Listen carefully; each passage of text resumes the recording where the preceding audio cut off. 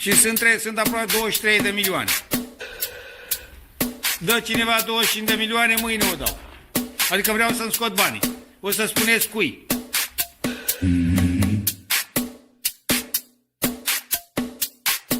Trebuie riscat. Câteva 2-3 milioane, nu știu. Că riști 2-3 să iei 50. You know what?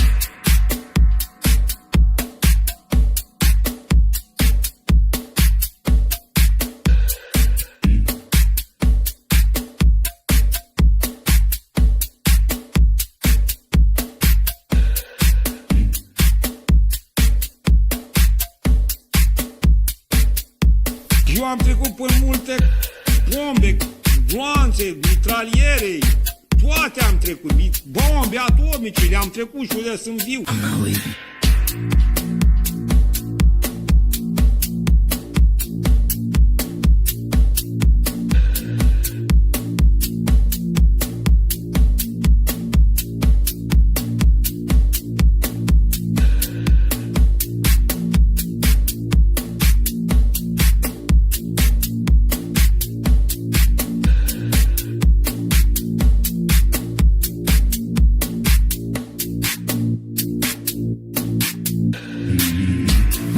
And I remain squarely focused on our dual mandate to promote maximum employment and stable prices for the American people. Today, the FOMC decided to leave our policy interest rate unchanged and to continue to reduce our securities holdings, though at a slower pace. Our restrictive stance of monetary policy has been putting downward pressure on economic activity and inflation, and the risks to achieving our employment and inflation goals have moved toward better balance over the past year.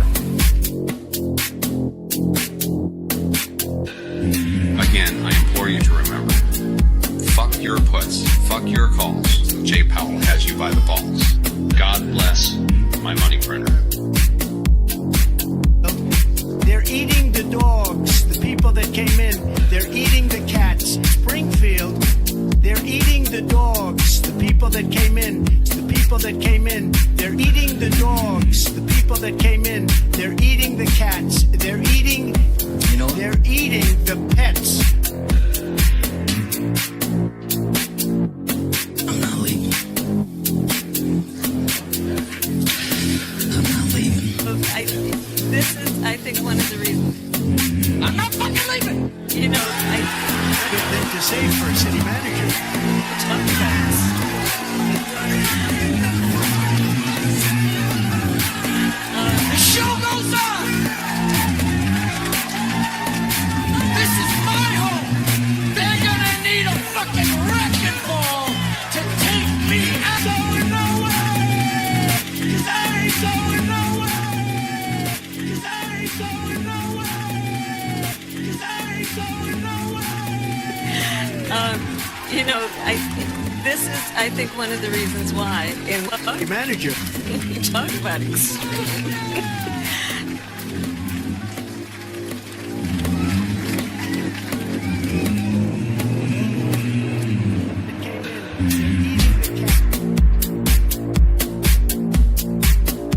That came in, they're eating the cats, they're eating the dogs, the people.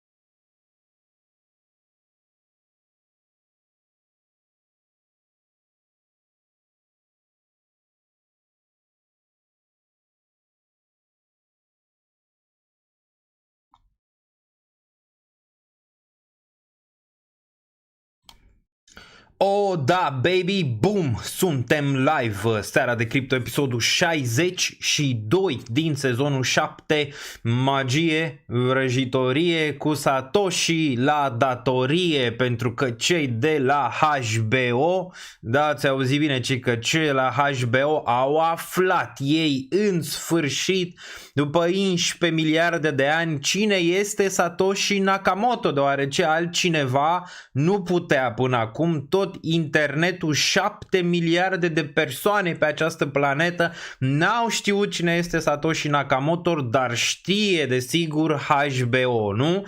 Vă ziceam din videoul precedent, din live-ul precedent, că cei de la HBO cel mai probabil nu vor ști cine este Satoshi Nakamoto și vor arunca acolo un nume pentru a face marketing, un marketing care le-a mers destul de bine. Acum, marketingul ăsta desigur va ajunge și la oamenii de rând care se vor uita desigur pe HBO sau pe platforma lor, cum s-o numi ea acolo, și vor vedea Satoshi Nakamoto Bitcoin și vor zice: mamă, hai să ne uităm și noi să vedem ce naiba este acest Bitcoin și cine este acest Satoshi. Desigur, cei de la HBO l-au identificat pe Peter Todd ca fiind Satoshi Nakamoto, care este un developer din partea Bitcoin Core, foarte aproape desigur de Bitcoin și foarte aproape de lansare. Nu știm neapărat dacă el a fost în primii ani acolo lângă Hal Finney sau alții, dar în mare parte destul de aproape de proiect.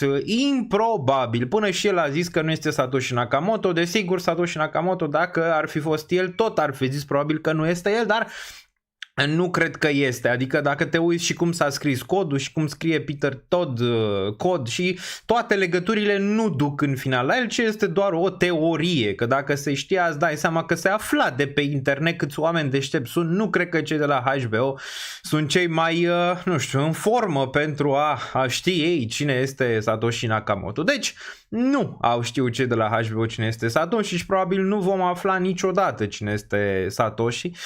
Chiar vorbeam cu cineva, m-am întâlnit azi cu mai multe persoane la conferința Bitcoin din Amsterdam, care, da, interesant, dar nu știu, nimic cu noutate din punctul meu de vedere și o să vorbim un pic mai târziu despre asta. Au fost câteva paneluri interesante, chiar a fost o tanti din guvernul german care era de origine română și chiar a vorbit despre România și despre un pic despre comunismul din România și alte chestii. A fost un pic interesantă partea respectivă, de ce să vă mint, dar în mare nu pot zice că am auzit chestii noi în ceea ce privește Bitcoin, dar vorbim un pic mai târziu, ne întoarcem la Satoshi Nakamoto. Ziceam că dacă Satoshi Nakamoto ar fi încercat să facă Bitcoin în 2024 să rămână anonim, n-ar fi avut cel mai probabil nicio șansă. Având în vedere că l-a făcut în 2008, a avut o șansă foarte mare. Atunci, doar ce tehnologia asta de a vedea tot și toate încă nu era pusă la punct 100% de serviciile secrete. Deci da, nu cred că e din serviciile secrete sau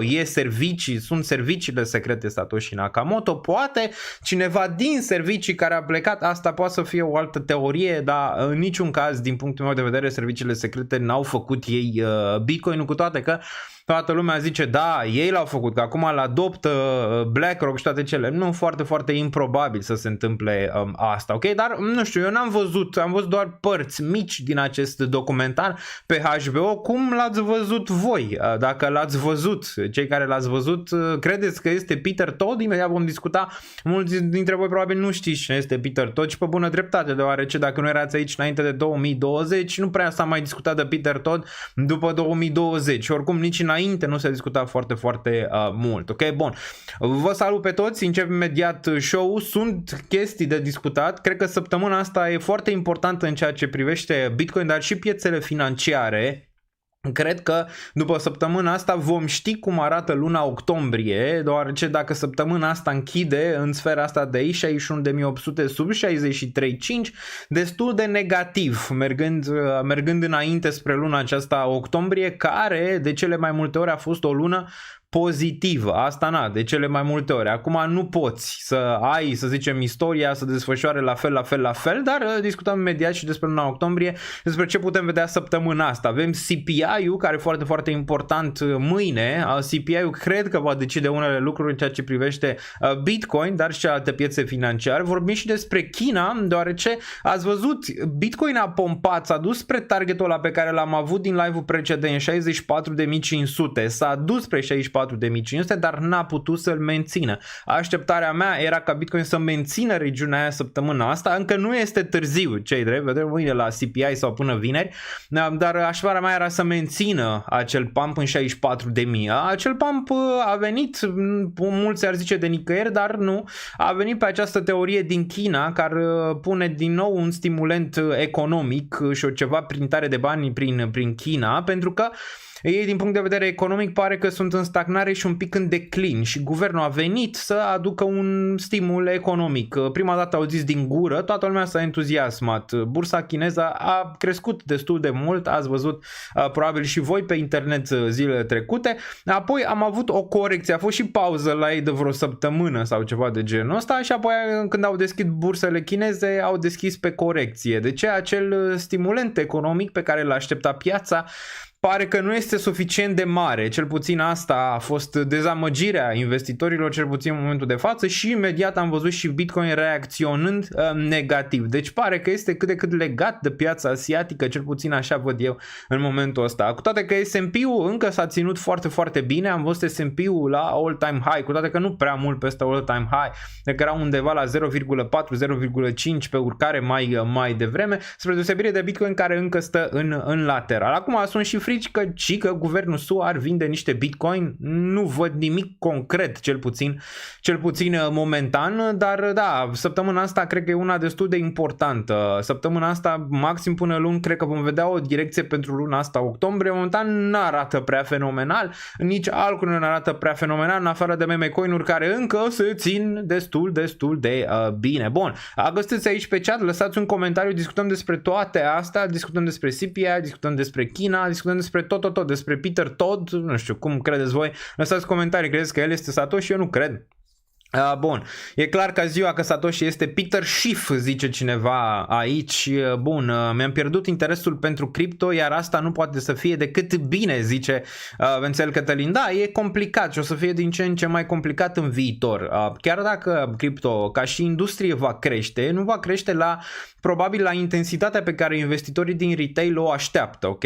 Cel puțin asta cred eu. Acum toată lumea e familiarizată cu Bitcoin cât de cât, toată lumea e familiarizată cu cripto.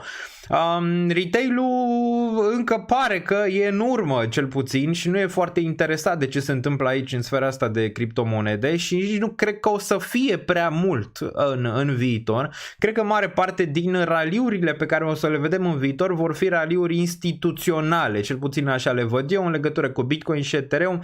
Nu prea am, să zicem așa, îndoiel că astea două vor crește pe termen lung, deoarece au un ETF aprobat. Dar trebuie să țineți cont că aceste instrumente financiare vin și ele cu o anumită stabilitate a prețului, dar și cu un cap pe cât poate să urce, să zicem așa, aceste asset-uri într-un timp scurt. De asta urcările pot fi pe termen un pic mai lung, dar mai așezate. Adică poate să facă Ethereum 10.000, 15.000, 20.000, 30.000, 50.000, rămâne de văzut, dar poate să dureze ceva până ajunge acolo, până în regiunile respective, nu cum am văzut până acum urcări foarte exponențiale, să zicem, într-un timp rapid și volatilitate mare. Volatilitatea va pieri, să zicem așa, în timp în ceea ce privește Bitcoin și Ethereum, care se vor tranzacționa cât mai aproape de sfera asta financiară. Adică volatilitatea va fi mai scăzută cu timpul în ceea ce privește Bitcoin și Ethereum, dar stabilitatea va fi mai mare și creșterea va fi un pic mai sustenabilă. Cel puțin așa văd eu în legătură cu Bitcoin și Ethereum. Celelalte asset-uri financiare din sfera de criptomonede, desigur, încă vor mai avea volatilitate,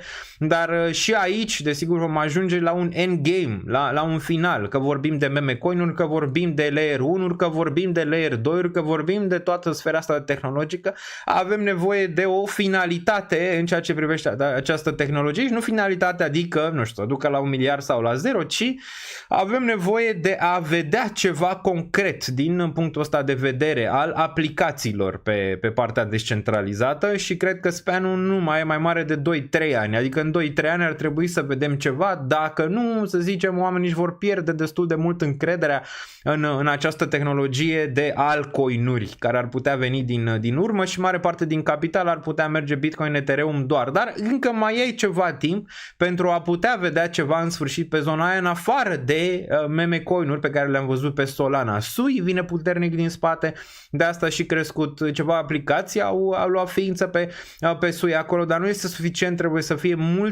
mult mai mult de atât pentru a putea vedea industria, să zicem că o să crească mai mult pe viitor și aici mă refer la industria de altcoin-uri, la Bitcoin și ETH, BNB sau astea un pic mai mari și Chainlink. N-am neapărat emoții, cred că asta oricum vor continua să crească pe termen lung. Ne referim la piața mai speculativă de altcoinuri, ok? La asta mă refeream în momentul când am zis de restul aseturilor de cripto, alea mai speculative, să zicem, mai ales din garda asta nouă, Sui, TIA și toate cele, trebuie să dovedească foarte mult în următoarele luni de zile. Bun, mai lăsați comentarii pe chat. Ce spui de DAO Maker? Nu sunt fan DAO Maker, nu prea am fost fan DAO Maker, dar na, ei face parte și el din sfera asta de criptomonede.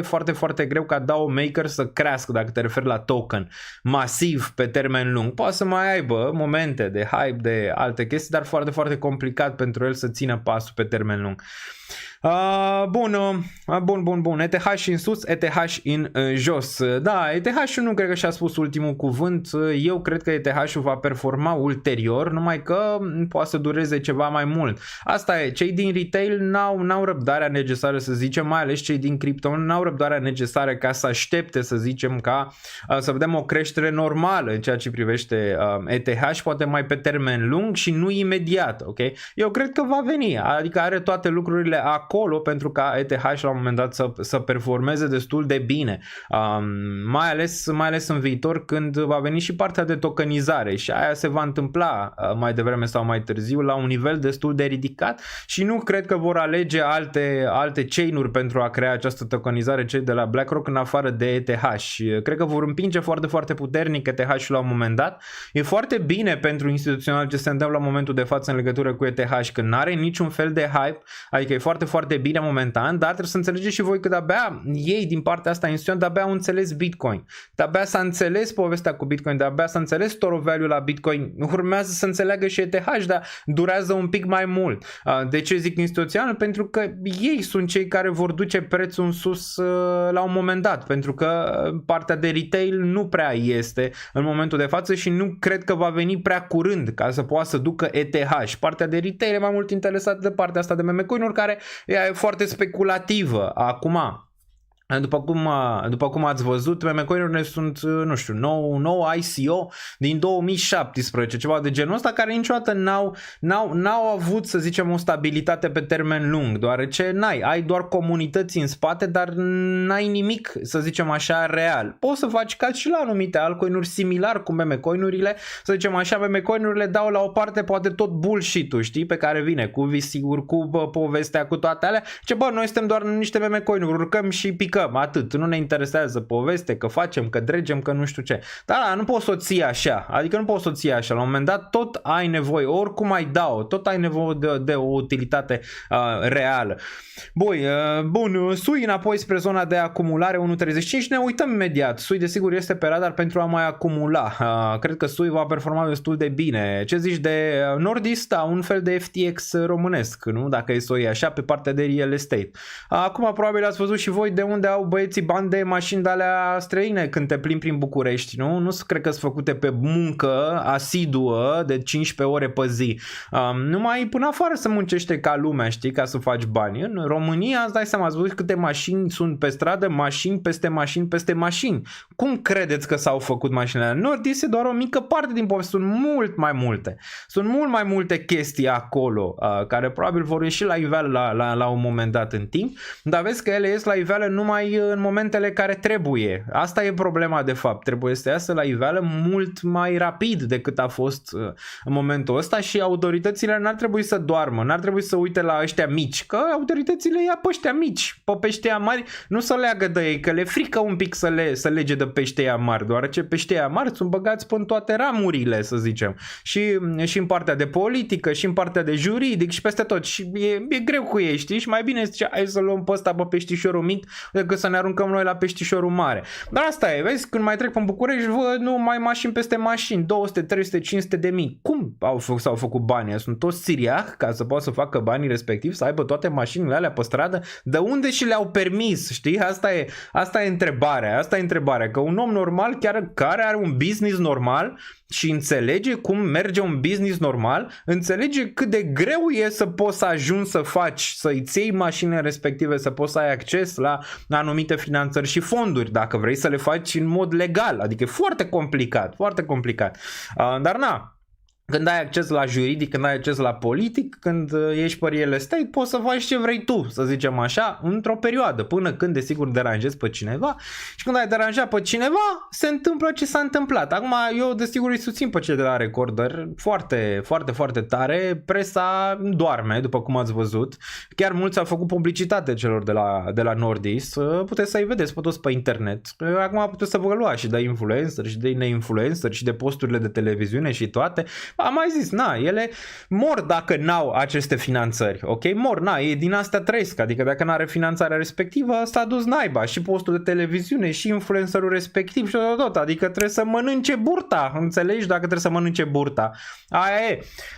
Acum, cine-i de vină? Păi, de vină nu e neapărat cel care a făcut publicitatea, dacă a marcat-o. Dacă publicitatea marcată, e marcată, știi? Băi, e publicitate, am fost plătit pentru chestia respectivă, s-a dovedit în final că chestia aia n-a fost exact ce credeam eu că e. Adică poate mulți dintre ei n-au știut ce fac ăia sau ce ar fi urmat să facă ăia mai departe. Adică vindeau casele de 2-3 ori. Mi se pare incredibil că se poate întâmpla așa ceva în 2024 în România. Adică, dacă ziceau 1990, 1995, când se făceau scheme de genul ăsta, 1998, hai 2000, las-o naiba, 2024 să mai ai scheme să vinzi case de 3 ori și să nimeni să nu știe nimic, o lungă perioadă, gen 2-3 ani, cât au stat ăștia și au făcut schema asta, 4-5 ani, habar n-am, cred că unii din 2019 și nimeni să nu se prindă de asta din autorități și nimeni să nu aibă red flag-uri. Adică, mie mi-e greu să fac cont la bănci din România. Vă zic asta personal, adică mie mi-e greu să fac cont. Doar ce vin imediat, când văd ceva legat de orice, nu știu, faci conținut, papa, la revedere, Daniel Niță, ne pare rău. Ăștia cum, știi? Adică cum au reușit să mute toate fondurile astea fără ca nimeni să zică nimic, știi?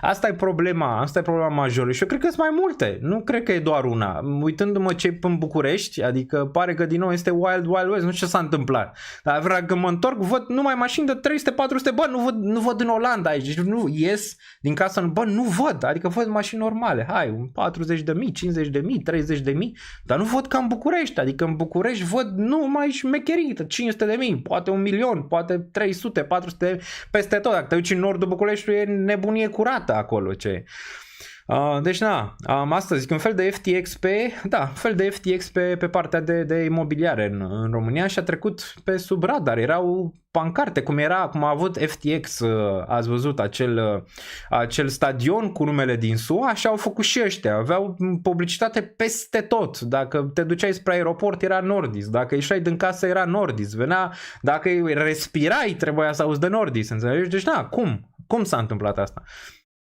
Cu cine votăm în RO? Păi cu cine? Ai văzut că pe Șoșoacă au nenorocit oricum. Ea nu câștiga. Oricum eu nu votam pe Șoșoacă, asta zic clar. Că n-am cum să pot să o votez pe Șoșoacă, înțelegi? Adică sau orice de genul ăla. Dar ce s-a întâmplat cu Șoșoacă, eu am mai zis, am văzut motivarea Curții Constituționale. O rușine, că au luat-o, că nu știu ce a zis de instituțiile statului, că nu știu ce a zis de nu știu cine. Mulți alții au zis chestii de genul ăsta, că a falsificat voturi. o fi falsificat, dar trebuie să vină justiția cu un proces și să apere, nu? Așa ar fi normal. Adică într-o țară civilizată vine unul și zice, bă, tu ai falsificat. Bine mă, hai, dovedește că am falsificat, știi? Se face procesul, trece, se dovedește cauza, că a făcut, că adres, că nu știu, și pe urmă îți dă verdictul și pe urmă zici, da mă, nu e constituțional, dar să o iei așa din direct, nu e ce trebuie, adică miroase. Că o fi făcut șoșoacă, că nu o fi făcut. Asta rămâne la atitudinea cuiva să dovedească chestia respectivă. Miroase urât, până și John a zis și mi-au plăcut politicienii, bă, care au zis că nu e ok, deoarece deschide poarta, oricine ar zice e ok ce s-a întâmplat cu șoșoacă, nu înțelege ce înseamnă democrația și nu înțelege ce s-a întâmplat de fapt. Deschide poarta ca în viitor, tu, cetățean care vrei să candidezi la alegeri prezidențiale, să fii pus în aceeași chestie. Ia o chestie, o zici tu la un moment dat, nu știu, zici ceva de poliție, o ia din context și zice gata. Ai zis aia despre instituție, nu ești constituțional, nu poți să candidezi la prezidențiale și te scoate din cursă, ok? Deci astea sunt practici pe care, din nou, nu le-am mai văzut de multă vreme în România. Poate să mai făceau acum mulți ani de zile, dar nici atunci. Ok? Sunt practici oribile, ok? Și toți politicienii care au vorbit despre asta, îi respect. Cred că majoritatea au zis câte ceva. Nu știu, l-am văzut pe Joan, nu știu că a zis ceva Ciolacu sau Ciucă de chestia asta, dar știm foarte bine cine ia roadele după faptul că s-a retras asta. Nu? Ia Simion de la AUR și desigur Ciolacu, nu? Ar trebui. Acum, desigur, Ciolacu și el, PSD-ul, e băgat în povestea asta cu Nordis. Și alții, a zis că și Elena Băsescu fiind președintele nostru de 10 ani, mulți se uită la Băsescu, ziceau, mamă, Băsescu, ce președinte am avut, bă, Băsescu a făcut la nefăcute, multe nefăcute, că el apărea bine în media, își dădea bine ca acest bărbat puternic. Știi cum e? Eu v-am mai zis. Dacă vă uitați ce prinde la români, pe mine, nu știu, mereu m-a captat, bă, să văd ce prinde. Mă uit pe TikTok, mă uit la președinți, mă uit la asta. Ce prinde? Păi prinde acel bărbat care e un pic fustangiu, un pic să dea senzația că e fustangiu și un pic bețiv. Adică cum era Băsescu, venea cu ăla, bam, râdea cu femeile, bam, nu știu ce, imediat prindea la public, prindea la public. Ăsta, pe Escobar, același lucru face, doar ce a văzut chestia asta și o face constant. Eu spețiv, eu bea, uite mă duc, mă distrez, ia uite, cu femei, cu alea.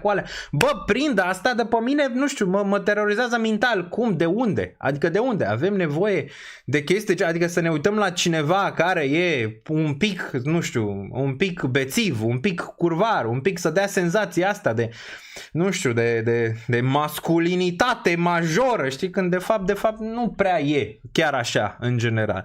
Deci na, e un pic ciudat care e efectul la români, ok? La ce trage românul de obicei. Acum nu știu, am venit la Iohannis, dar Iohannis a fost o poveste ciudățică. Deoarece nu intra neapărat în tiparul ăla, el mai mult era așa pe atace și a face. Vezi, dacă te uiți ce merge prin România, păi ai manele și ai aceste reportaje, nu? Manele, reportaje, adică e o chestie ciudată, e o chestie ciudată la îmbinarea asta la societate, în care poate, nu știu, educația are un rol destul de important. O mare parte din populație ar vrea să schimbe, cealaltă parte ar vrea să rămână în zona aia de jos. Și atunci e clash-ul ăsta între cele două pături ale societății românești. Nu știu, un pic interesant. Dar de ce și voi? Nu așa e? Nu știu, de acest tipar de om, știi, care arată bărbat un pic curvar, un pic bețiv, un pic așa. Bă, prinde, zici că Doamne ferește, nu știu. Românul cred că are ceva în el să ducă, să aibă nevoie de un protector de genul ăsta. Nu știu, altceva nu-mi explic. Altceva nu-mi explic. Bun. E în ADN, zice Eminsun, dar nu e așa? Ziceți voi că nu e așa, adică uitați-vă ce prinde pe online, cam astea prind în general la publicul larg, nu neapărat la noi de aici, dar la publicul larg și astea prind la publicul larg foarte mult. Bun, mare dreptate e, zice Alexein aici, nu știu la care dintre ele, dar eu zic că asta cu Nordis e doar un pic așa, Știi, un pic vârful. Eu cred că sunt mult mai grave în interior decât asta. Asta la Nordis a ieșit așa doar un pic, dar Caracatița este imensă. Este imensă. Mare. Bun, ce părere de Nordis? Am zis mai devreme, mi se pare un FTX pe partea imobiliară din România. Cam asta au făcut, adică au de bani, îți dă seama că nu i-au băgat în dezvoltare, i-au băgat în altceva, nu? Că s-a dovedit chestia asta. Că nu au băgat în dezvoltare, dar pe mine, nu știu, mă scoate așa, bă, cum se poate întâmpla? Voi v-ați pus întrebarea asta, e 2024. Anul 2024 în România, se pot întâmpla astea. Justiția, poliția, toți ăștia care trebuia să protejeze din taxe cetățeanul de chestii de genul ăsta, pare că mai repede ce se întâmplă în România protejează infractorii. Nu știu, pe mine e foarte incredibil, adică e foarte incredibil, nu e așa? Adică pare că România mai repede se protejează infractorul decât cetățeanul. Cetățeanul îi pune în piedică mai repede decât să-i pune în piedică infractorul. Pe infractor îl protejăm să ne dea bani, nu? Cam așa văd, ceea ce nu e bine. Plus ce s-a întâmplat acum cu Șoșoacă, din nou pe mine m-a șocat. Adică m-a șocat. România care se dă țară civilizată, democrată, faci chestii de genul ăsta. Adică mi se pare un pic ciudat.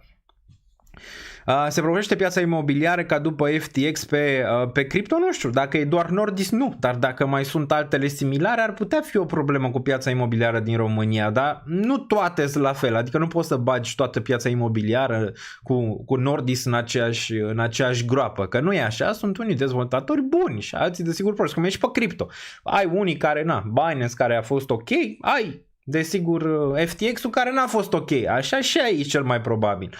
Dar dacă eu aș concura cu Nordis, îți dai seama că nu m-a simțit bine să fiu contracandidatul lor, nu? Că au făcut toate problemele posibile și imposibile pentru cei care vreau să concureze cu Nordis. Nu, mă, concurează cu Nordis. Vrei tu să vii ca să faci ceva partea imobiliară și te lovești de ăștia. Păi mai ai vreo șansă? Nu mai ai niciun fel de șansă, nu? Da, într-adevăr, e nedemocratic să împiedici un legionar să candideze la prezidențiale. GG, Beer Standard, nu știu dacă ai fost ironic sau nu. Nu contează. Nu contează ce este. Dacă oamenii vor să voteze chestia respectivă, trebuie să aibă dreptul să o fac. Că nu-ți place ție. Aia e altă chestie. Bă, dacă oamenii vor să fie legionari în România, bă, să fie. Asta e democrația. Dacă vor să fie orice, poate să fie. Ție dacă nu-ți place, poți să pleci. Că asta e, s-a decis democratic. Dacă îți place democrația, îți place democrația. Dacă îți place democrația doar când ți se aplică ție, adică când e de partea ta și eu votez pe ăla și este ăla o democrație, și când nu se întâmplă, zice, aoleo, nu e bine să-l scoatem pe ăsta din cursă, păi aia nu e democrație, tată, te păcălești singur, pur și simplu te păcălești singur, cam asta e. Dacă vor să fie, dacă românii vor să voteze legionari, să voteze legionari, dacă vor să voteze câini, să voteze câini, dacă vor să voteze oi, să voteze oi, aia e, acolo s-a ajuns, cum s-a ajuns acolo, asta e o altă întrebare, ok? Dar trebuie să aibă dreptul să poată să-și facă votul, asta e. Bun, ce părere ai de Scroll? Da, să listează Scroll, să vorbim un pic mai târziu. Pe Binance puteți farma cu BNB și eu farmez cu BNB. Bun, s-a vorbit despre decizia cripto. Care decizie cripto? O să avem și FOMC Minutes un pic mai târziu, undeva în jumătate de oră, o să vedem notițele de la precedenta ședință Fed.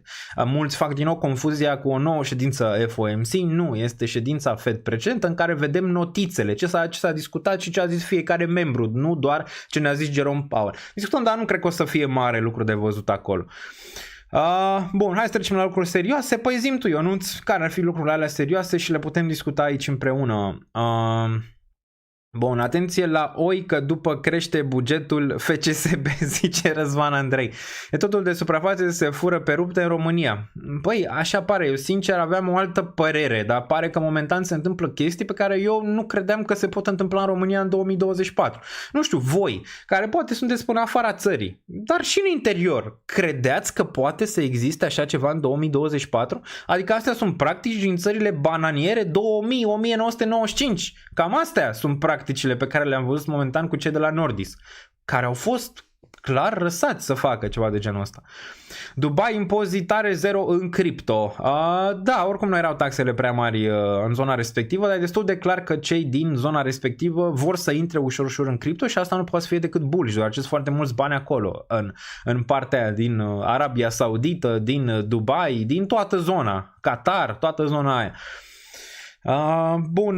Mă referam dacă s-a vorbit despre ce ai pus în titlu, despre săptămâna asta se decide ce trebuie să întâmple, încă nu, vorbim imediat, acum e prima oră, mai avem vreo 30 de minute de discuție aici. A băgat Gine 2-3 milioane, a luat 20, noi când? Cu răbdare luăm și noi. Te mai întoarce în România să trăiești aici? Momentan nu, dar la un moment dat m-aș întoarce, de ce nu? Adică nu mi se pare că România e chiar atât de rea, dar unele lucruri te pun pe gânduri rău, cum ar fi ăsta, ce s-a întâmplat cu Nordis. Și ține cont că această chestie a fost descoperită de niște jurnaliști independenți. Ține cont de asta, adică îți dai seama câte ar putea să fie care nu sunt descoperite deoarece no one cares, nimănui nu-i pasă. Pare, nu știu sigur, pare că majoritatea presei din România, aia care ar trebui să fie serioasă, e cumpărată, cel puțin asta, toate știrile sunt doar așa, de fațadă, nu e nimic real, ăla plătește, ăla vorbește, ok, și nimic. Ăștia de la pare că sunt singurii momentan, că și acolo se pot întâmpla chestii cu ei, cu cei de la Record, dar momentan pare că sunt cei care chiar scot la iveală chestii. Bă, Recorder, adică Recorder, nu există altceva în România. Ce fac serviciile secrete? Adică asta e întrebarea. Bă, serviciile secrete nu știau, adică de schema asta, a trebuit să vină Recorder să le zică ăstora, uite aici ce se întâmplă. Uite statul român, uite, ăștia fură. Crezi că nu știau? Asta e o întrebare foarte, foarte bună. Nu știu, acum e o mare problemă și asta trebuie să se schimbe. Adică instituțiile pare că nu mai protejează cetățeanul, cel puțin asta. Așa pare de aici. Adică tu te simți protejat în momentul ăsta în România? Asta e întrebarea. Te simți după ce ai văzut că niște băieți cu niște camere, cu niște chestii de la Recorder au dezvăluit asta? Adică chestia asta, ăștia și serviciile secrete nimic, absolut nimic, poliția nimic, legile nimic. Bun, serviciile trimit informații la Recorder. Nu poți să știi asta. E și asta o teorie, nu? Ar putea fi acum, dar serviciile dacă ar avea, de ce nu se duc ele direct la autorități? Trebuie să dea pe Recorder? Hai mă, să lăsăm acum gluma la o parte. Serviciile nu se pot duce direct, adică trebuie să dea pe Recorder chestiile astea.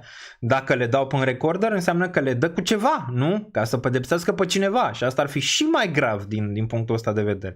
Dar asta nu știm, asta e doar o teorie. Bun. Știau, cu 600 de reclamați, nimeni nu a vrut să-i bage în seamă. Deci da, de 600 de reclamanți. 600 de reclamanți și nimeni nimic. Incredibil. Legea în România pe domeniul imobiliar e slabă rău. Nu vreau să zic mai multe, dar nu doar pe imobiliare. Nu vreau să zic mai mult de atât. Bun, poliția veghează, dar nu garantează. Din 2 telefoane nu mai există serviciile secrete. Părerea mea este că foarte mulți oameni, cu cât trăiesc mai mult în alte țări, se rup de realitatea din ro. E posibil și asta, să știi. Cu toate că eu vorbesc destul de constant cu oameni de acolo, cu familie, vin destul de constant. Chiar și acum o să fiu în România în următoarele zile. Adică vin destul de constant și observ anumite chestii. Unele care îmi plac, unele care nu prea îmi plac, să zicem, în ceea ce privește România, dar nu-s doar rele. Adică asta e clar. Ca dezvoltare cât de cât se ține și încearcă să urce, dar chestii de genul ăsta nu prea ai cum să le vezi oricum. Adică vezi doar, nu știu, mașini, astea poți să le vezi. Adică asta ai putea să le vezi și ai putea să spui o semn de întrebare. Bă, ce se întâmplă aici? Ce suntem aici? Suntem Monaco? Adică ce e România? A ajuns Monaco? Avem atât de multe business-uri că nu e niciunul în top. Adică dacă te uiți la un business, zi-mi un business care a făcut miliarde în România ca să poți să ai acel lifestyle, acele mașini, acele chestii. Bun. Imobiliare în România mai riscante ca meme coins pe Solana. Nu aș zice. Părerea mea despre piața imobiliară din România e că va crește în continuare, pentru că încă este sub nivelul pieței europene. Și am mai explicat asta. Mulți se așteaptă ca piața imobiliară să colapseze în România. Foarte improbabil, cu srilankezii care vin, cu izraelienii care vin, cu ucrainienii care vin, cu toți ăștia, cu toate deplasările astea de populații din zonele astea afectate. Foarte complicat, deoarece mulți vin și mai cumpără în România. Plus că acum nu prea se mai construiește din ce am văzut atât de mult în România, care din nou o să ducă prețurile mai sus. Încă suntem departe de Polonia la nivel de prețuri. Deci măcar dublu ar trebui să fie ca să poți să te gândești că da, ar fi o problemă în legătură cu prețurile din România. Nu cred că încă ele vor mai crește în ceea ce privește imobiliarele din ROC, cu toate că mulți se așteaptă din nou la un colaps. Nu cred că vine, cel puțin nu acum. Nu mi se pare normal ce s-a întâmplat pentru ce mai plătim impozite și taxe. Da, păi asta e, dacă aș trăi în momentul de față în România, chiar aș fi siderat de ce s-a întâmplat. Nu pentru aia 600 de persoane. Bă, overall, că nu veghează nimeni, adică pur și simplu nu veghează nimeni, putea să ți se întâmple ție, că să ia 600, ok, aia care, Doamne ferește, cine știe, poate unul a făcut infart, poate unul a făcut o boală din chestia asta, poate, înțelegi, n-a veghea nimeni, asta e problema, știi, adică legile sunt făcute în așa fel încât, cum am mai zis, să protejeze infractorii, okay? Decât să protejeze, să zicem, cetățeanul de rând care trebuie să treacă până toate chestiile astea. Poate durează 5 ani ca să-și ia ăla banii înapoi, 100.000 care i-a lucrat 20 de ani. Okay? Înțelegi despre ce e vorba? Asta e. Bun.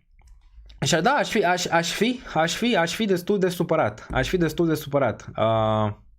Păi te fură tot statul, nu o firmă, pentru că în spatele firmei sunt tot persoane politice. De asta și-au scos acum reportajul. E și asta o teorie. Acum nu știm, rămâne de văzut ce se va întâmpla mai departe. S-au îmbolnăvit oamenii din stres, da, pot să cred asta. Pot să cred asta. Bun, eu am achiziționat un apartament de la început de an și acum, după 7 luni, același tip de apartamente la vânzare cu 15% în plus. Păi unde l-ai achiziționat dacă încă e la vânzare cu 15% în plus? Nu știu, tot la ăștia de la Nordis sau în altă parte? La noi imobiliare va fi bombă pentru totdeauna. Nu știu la ce te referi la bombă. Nu ruzează 5 ani, nu mai pupă înapoi. Trebuie bani pentru campanie, nu contează modul în care se obțin. Da, e trist, adică o țară din Uniunea Europeană, nu știu, s-a mai întâmplat în alte țări, nu știu, aici în Olanda n-aud, dar s-a întâmplat, se întâmplă chestii de genul ăsta și în alte țări, nu știu, Bulgaria sau Polonia sau se întâmplă, dar asta n-am mai auzit, adică scheme de genul ăsta, scheme imobiliare în 2024, bă, puteai să zici scheme imobiliare în 1900, dar 2024 scheme imobiliare, ce am ajuns? Să-i ajutăm pe cei de la Recorder să-și facă un portofel cripto pentru donații. Trebuie să aibă fonduri pentru a scoate la lume mai multe chestii. Da, aș fi primul care aș dona. Către Recorder o sumă de bani, dar care pune un portofel de cripto. Nu e niciun fel de problemă. Adică știu că e complicat să ai finanțări pentru chestii de genul ăsta și ar trebui, dar de asta zic, bă, am ajuns ca Recorder să facă asta. Adică am ajuns o țară în care trebuie să avem justițiari. Nu mai avem lege, avem nevoie de justițiar să ne apere. Acum asta că toată lumea apare, bă, justițiarul, eu ăla, eu sunt pe imobiliare, bă, eu sunt pe, nu știu, eu sunt justițiar pe cripto, eu sunt justițiar pe trotuar, eu sunt justițiar. Păi de ce mai plătim autoritățile astea? Hai să plătim justițiarii atunci dacă autoritățile nu-și fac treaba.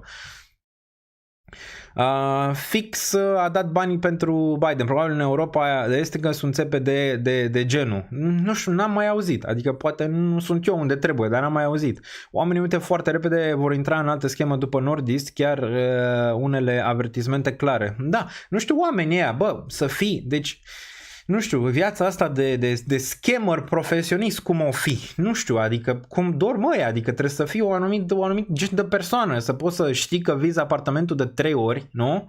Trebuie să fii un fel de gen de persoană, să știi pe bună dreptate și am văzut în reportajul ăla, acum nu știu neapărat dacă așa e, dar am văzut în reportajul ăla că chiar Elena Băsescu, care e fiica în continuare lui Traian Băsescu, care a fost fostul președinte al României, a semnat de 2-3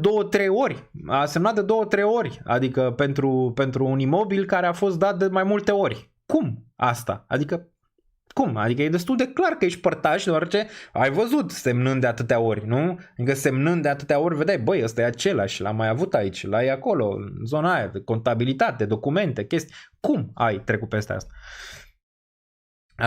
Bun. Băi frate, cum să vinzi același apartament?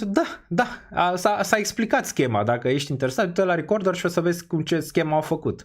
Adică e o schemă care se practica și în trecut, această schemă. Bun, da, Ioana Băsescu. Da, Ioana, ce am zis? Am zis altceva? Am zis, cred, da, Ioana Băsescu sau Elena. Ioana, da, Elena Băsescu nu cred că ajungea, da. Ioana, ai dreptate. Așteptăm să o iei pe Tanti Băsescu, fița lui Traian. Să o ia și pe Tanti Băsescu, ok? Donca a fost la fel ca și Nordis. Nu știm la Donca, adică încă ceva se judecă acolo. Asta a reușit, îl vinde și de 6 ori dacă nu se băga Recorder. Da, s-au băgat ăștia de la Recorder. Se pare că a înghețat piața imobiliară globală, nu pare momentan. L-au vândut pe antecontract. Da, l-au vândut pe antecontract. Adică zicea, bă, noi construim acel imobil în un an, 2, 3, că era într-un an, dar de fapt a fost în 2 sau în 3 și semnăm un an între precontact dacă tu, asta a fost schema, dacă tu plătești acum 100%, îți dăm discount 20% sau ceva de genul ăsta. Aia a fost schema. Și au plătit toți banii. Bă, da, hai, dă 20%, dă încoa. Asta a fost, desigur, schema. Și între timp mai apăreau la televizor, că ziceau aia. Bun, aceeași treabă s-a întâmplat în Alba Iulia, 285 de cumpărători păgubiți la 49 de apartamente de vânzare. Autorul înșelăciunii, avocat Ovidiu Jidveian, a fost prefect de Alba. Nu știu, posibil așa să fie. Și asta ce înseamnă, Daniele, dacă e semnat notarul gen părtaș trebuie să meargă la pușcărie? Nu știu care e legea, nu știu care e legea, adică nu s-a avocat ca să știu care e legea și ce riscă acel notar mai departe sau dacă riscă ceva, nu știu cum e făcută legea. Majoritatea oamenilor din conducerea României plus industrie sunt acolo pentru ei, vai de capul lor că băieții deștepți s-au mutat în alte țări. A investi în RO, Daniel, acum? Da, răspunsul este da. Cred că piața imobiliară este încă sub ce va fi în următorii 10 ani. Cred că va fi de 2-3 ori mai mare, minim de 2-3 ori mai mare în următorii 10 ani piața imobiliară din România. Bun. Scandalul White Tower, apartamente din Ploiești vândute de mai multe ori, blocurile au un etaj în plus. Deci se face schema asta în România peste tot. Îmi pare că se face în fiecare județ. Și nu-i pasă nimănui, pare. Bun, câți mai sunt și nu știm noi? Da, cel mai probabil. Daniel, m-a amenințat statul că îmi ia toți banii din cripto și eu am zis, da, ok, mă ajută foarte mult, i-am arătat adevărul scam versus cripto. Da, corect. Păi știu povești în care pentru 5 lei s-au pus popriri de conturi, adică pentru 5 lei neplătiți la ANAF s-au pus popriri de conturi. Mie, de exemplu, pentru o amendă, când eram, nu știu, în România în 2000, cred că 2018, înainte să plec, 2017-2018, ceva pe acolo, pentru o amendă neplătită la RATB mi-am pus poprire pe 6 conturi. Deci 6 conturi. Acum nu mă întrebați de ce aveam 6, dar 6 conturi am avut, pe toate mi-au luat aceeași sumă din 6 conturi, ca să înțelegeți asta. Și apoi, ca eu să-mi iau banii înapoi, trebuie să fac cerere ca să-mi iau înapoi, adică nu mi-au dat înapoi. Puteau să-i țină cât voiau ei, adică mi-au luat din 6 conturi, au zis să fie sigur, știi? O sumă infimă de bani, au zis, bă, să fim siguri că îi luăm banii, trebuie din toate conturile să-i punem poprire pe ele. Bă, din toate mi-au luat, ei și-au banii, stătea mai prima notificare, bam, încă o sumă de bani a fost retrasă, bam, încă o sumă de bani a fost retrasă, bam, încă o sumă de bani, bam, încă o sumă... Zic, bă, ăștia au luat în toate conturile, înțelegi? O sumă de bani. Și apoi, desigur, eu, cetățean, trebuia să mă duc, să fac cerere, să stau la coadă ca să-mi primesc banii înapoi, care nu-i primeam imediat, îi primeam nu știu cât timp, da? Deci asta era în 2018-2007, nu știu, acum poate s-a mai făcut ceva pe zona asta. Deci pentru asta se poate, știi, adică te vede imediat statul, da? Pentru Nordis pare că nu se poate, știi, adică pare că nu.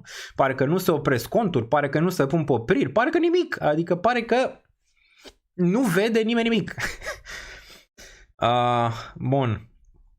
Am mers fără bilet. Asta era pe vremea facultății. Cred că era mai, 2016-2017 pe zona aia. Pe acolo, pe undeva, pe în facultate, cel mai probabil. Bun. Tu aveai câte 5 lei pe toate conturile. Tu ești bogat de mic. Ce gramatică aici. Ai mers fără bilet și ai luat amendă. Da, corect. N-am mai scăpat. Mi-au dat atunci controlarea amendă. Aveam buletinul în mână, știi? Bun, salutare. Daniel, mă pare despre strategia de a acumula pe divergențe. Mă refer pe timeframe-uri mari. Am observat că mâinile s-au cam pus cu divergențe, ceea ce semnala bottom-ul. Da, e o strategie interesantă, dar nu tot merge de fiecare dată. Dar poți să te uiți, la divergențe. Pe Bitcoin merg cele mai bine și pe timeframe-urile cât mai mari. Adică dacă te uiți la o divergență pe 4 ore, nu e de relevantă ca o divergență pe timeframe-ul de weekly. Acum 2 ani am pățit ceva asemănător pe 3 conturi. Da, adică... Bă, dacă știi că am bani în contul ăla, că știi că am bani, de ce îmi pui pe toate conturile? Adică știi că am bani în ăla. Bă, ia din ăla dacă vrei să iei din ăla. Bun, pe Grindane l-au oprit în Munich că avea 650 de clane declarați. Păi și ce, tu nu umbli cu 650 de K la tine? E nimic, adică 650 de K. Cred că orice cetățean poate să intre într-o altă țară cu 650 de K, fără probleme. Toți putem avea 650 de K în buzunarul din spate. Dacă donăm pentru Recorder, le găsesc ei pe Satoshi. Asta ar fi tare, asta ar fi tare. Dacă cineva de la Recorder se uită aici sau cunoașteți pe cineva de la Recorder, ar trebui pe, nu știu, au Twitter. Ar trebui pe site-ul, pe Twitter la ei. Ia să ne uităm mai, să vedem dacă Recorder au ceva sau nu. Imediat ne uităm. Cred că au Twitter. Ia stai. Ia, Recorder. Ar trebui să-și posteze aici. Uite, Recorder nici măcar nu sunt. Adică oricum Twitter în România numai noi pe investiții și cripto îl folosim. În rest nu prea îl folosește nimeni. Pare că ăsta e contul lor, nu? Cred. Le dau un follow, stai că nu se vede. Ceva s-a întâmplat aici. Ceva probleme. 2 secunde că rezolvăm sau cel puțin încercăm să rezolvăm. Ia stai. Se vede extraordinar. Bun, imediat. Să vedem pe unde e și ce s-a întâmplat. S-a mutat, ia uite-l. S-a mutat desktop-ul, zici că a fugit cu totul.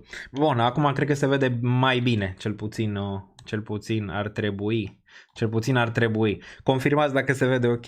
Bun, deci da, pare că nu sunt activi cei la Recorder din 2022. Dar da, aici ar trebui să pună, uite, da, din 2022 n-am mai postat nimic.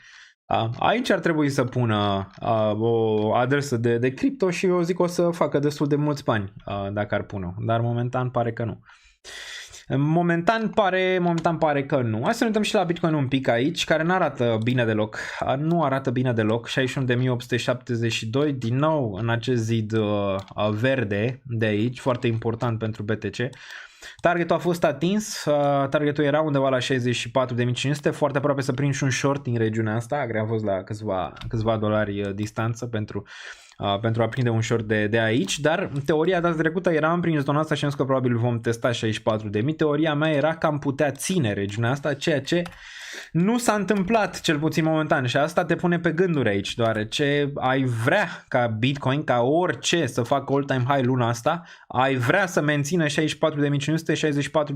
adică fără a ține regiunea asta de aici ca suport, foarte improbabil, și pe rejectarea asta de aici nu e ceea ce ai vrea să vezi pentru a te gândi că această lună se va termina cu bine, ci mai degrabă că această lună va încerca retest în regiunile astea de aici decât să țină, dar am zis, momentan prea devreme, aici vrem să vedem până vineri.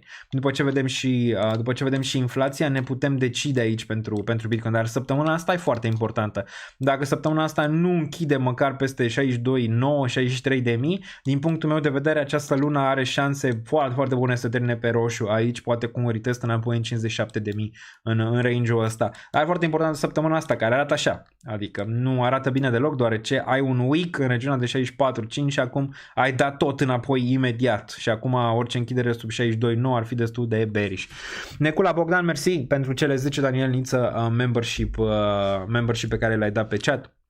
O să mulțumesc și cei care au primit, gen Gramatic, aici Angel, Daniel, Ionuț Pomaru, Andrei, Florea, o să-ți zic că mulțumesc pe chat și eu îți mulțumesc. Bun, mai lăsați comentarii, mai stăm un pic pe vreo 10 minute și intrăm direct în analize și poate în alte chestii. Vorbim poate de Peter Todd.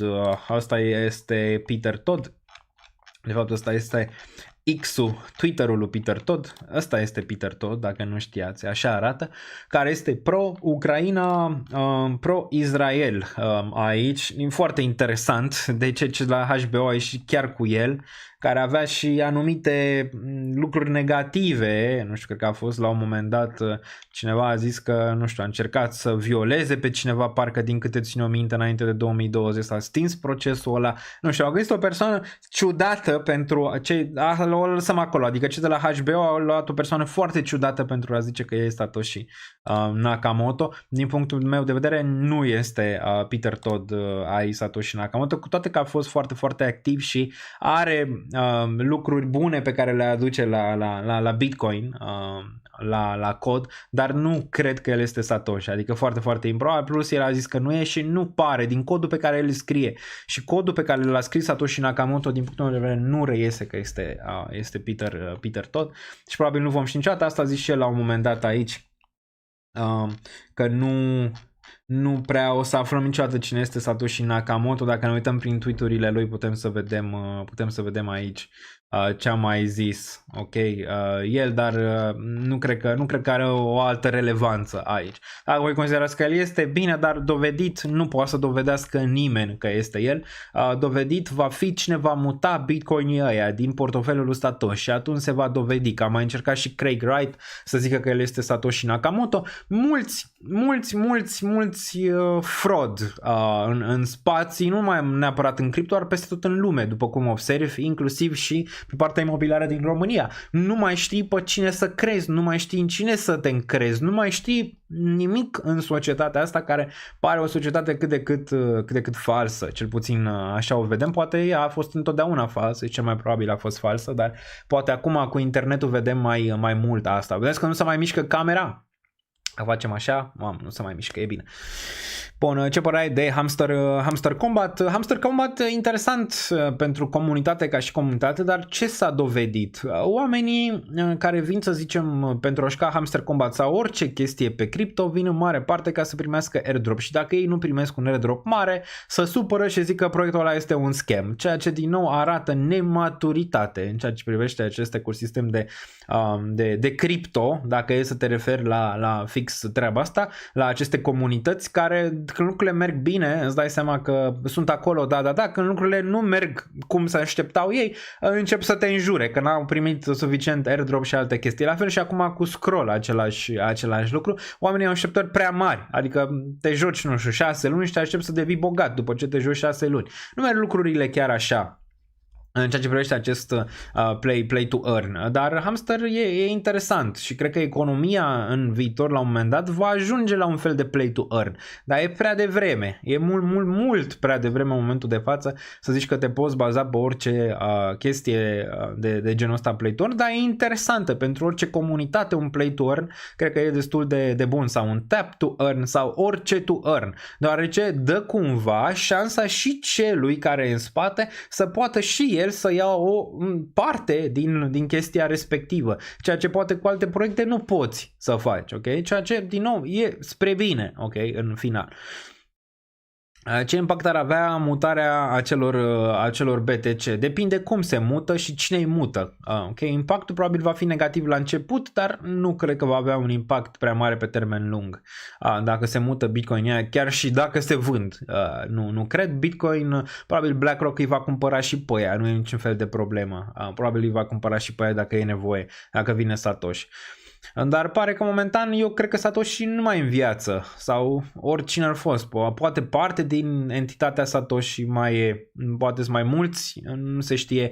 Eu cred că cei de acolo de la început știu sau au o bănuială foarte, foarte aprinsă cine este Satoshi Nakamoto, dar nu vor să zică și e foarte bine că nu vor să zică, n-au de ce să zică, trebuie să lase povestea Bitcoin să meargă mai departe, așa cum a fost lăsată ea până acum. Dar cred că cei din core de acolo, cei care au fost în 2009, 10, 11, cred că au o bănuială destul de clară cine ar fi putut fi Satoshi Nakamoto, dar eu nu cred că el mai este în viață, nu cred că este Len, nu cred că este Hal Finney, cred că este total altcineva. Bun, căutați-l pe Satoshi când se mișca acel portofel, până atunci să ne vedem de ale noastre. Da, nu e prea, am zis, de când a venit HBO cu chestia asta n-a fost oricum, credeam că este un nothing burger. Perfect pentru cripto, un mediu în care nu există încredere în acest sistem. Care e motivul real de scad monedele astea de merda? Eu cred că Satoshi trăiește, dar și-a uitat parola de la wallet. Improbabil. Socialul Hal știe, zice cineva pe chat. Cătălin Aldea, bun, este Trump. Satoshi nu este Trump. Bun. Satoshi e Moș Crăciun. Da, adică nu există, la fel ca Moș Crăciun, nu? Cam asta ar fi. Bun, deci ăsta este Peter Todd, îl puteți vedea îl puteți vedea aici, foarte, foarte improbabil, iar a făcut lucruri bune pentru Bitcoin, asta este clar, dar foarte improbabil ca el să fie. Foarte improbabil ca el să fie aici în Satoshi. Bun, la conferința Bitcoin din Amsterdam, unde am fost astăzi, nu pot să zic că au fost multe lucruri noi și nici nu o să fie, să zicem așa, în ceea ce privește Bitcoin. În viitor, aceste conferințe nu vor mai fi atât de palpitante, deoarece dacă participi la 1, 2, 3, deja înțelegi fenomenul, înțelegi ce se întâmplă acolo și nu mai are aceeași reacție pentru tine cum ar fi prima conferință BTC. BTC-ul, cum zicea chiar un speaker de acolo, conferințele BTC nu or să ajungă să mai fie în viitor, cum n-ai nici acum conferințe de aur. Cu cât o să crească și cât o să moară din generația asta, generația care se naște acum și are 5 ani sau 3 ani sau se naște chiar acum și are câteva luni de zile, nu o să mai fie atât de interesată cu Bitcoin, deoarece Bitcoin deja o să aibă peste 30 de ani când o să aibă 15. Deja o să fie old tech în momentul ăla în care generația aia, să zicem, face 18-20 de ani. Și nu o să fie un interes prea mare. Asta nu înseamnă că Bitcoin nu o să crească și nu o să rămână foarte relevant, cum rămâne și aurul în momentul de față. Dar nu o să mai aibă același tip de hype, nu o să mai aibă, să zicem așa, mulți oameni care vin la aceste conferințe, deoarece probabil va rămâne cât de cât nișat, chiar dacă ele se vor întâmpla conferințele astea. Dar Bitcoin ca și asset, el va rămâne foarte, foarte puternic în sfera asta financiară. Și da, pot să fiu de acord ceea ce privește conferințele de Bitcoin. Acum, conferințele de cripto se mai pot întâmpla, deoarece poți să mai ai ceva nou care vine. Nu zic că pe Bitcoin ai ordinals, încerci să faci un fel de layer 2-uri, încerci să faci chestii on top of Bitcoin și alte chestii, dar din nou nu e ceva ce nu s-a mai făcut până acum. Adică s-a făcut asta și pe Ether, s-a făcut asta și pe alte blockchain. Adică nu e ceva, să zicem, care să vii cu ceva wow în ceea ce privește Bitcoin. Știm toată lumea acum că este store of value, toată lumea a auzit de Bitcoin până acum și pot să fiu de acord că aceste conferințe nu or să mai aibă aceeași reacție, nu știu, în 10 ani de acum încolo. Și Bitcoin o să rămână stabil, o să fie într-un fel aurul digital, o să ajungă ca aurul, dar dacă ajunge acolo îți dai seama că o să fie o rocă, cum e și aurul. Adică tu ești interesat de aur în momentul de față sau de Bitcoin?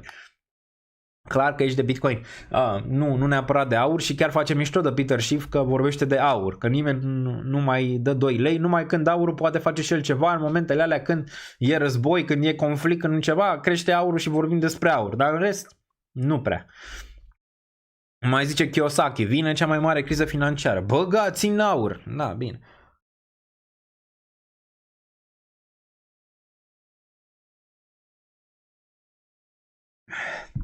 Mircea Joana e prieten cu lumea cripto, eu așa știam, nu cred.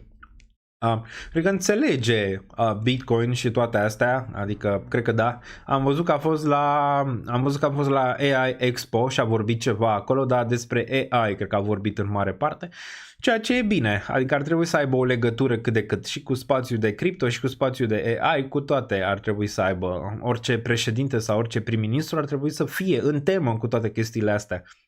Dar în România nu există oricum debate-uri pe teme de genul ăsta. Kiyosaki e pe cripto acum, nu te-ai mai actualizat? Da, ești pe cripto, știu că ești pe cripto, cum? Zice Bitcoin, aur și ce mai zice el acolo, silver. Acum a pus și Bitcoin lângă aur, deci na. Părere Trump care 55% și Kamala 45%. Da, cred că Trump va câștiga după cum arată aici. A pierdut foarte mult teren. Hai să intrăm pe cripto aici să ne uităm la știri un pic. A pierdut foarte, foarte mult teren Kamala. Ea a câștigat foarte multă popularitate după debate-ul ăla pe care toată lumea zice că l-a câștigat. Din perspectiva publicului, nu neapărat că a fost ajutată și alte chestii. În perspectiva publicului a dat bine Kamala, cât de cât a venit cu chestii fresh pe care nu te așteptai să le zică, dar pe urmă s-a stins rău de tot, n-a mai fost pe nicăieri aproape, a fost la un interviu a câteva zile și a dat cu băta în baltă. Deci nu prea, pare că e în picaj, cel puțin așa pare, acum vedem la vot. Hai să ne uităm aici unde era. Bun, putem să vedem Donald Trump se detașează puternic de Kamala Harris în cursa prezidențială, având o creștere de peste 7% astăzi.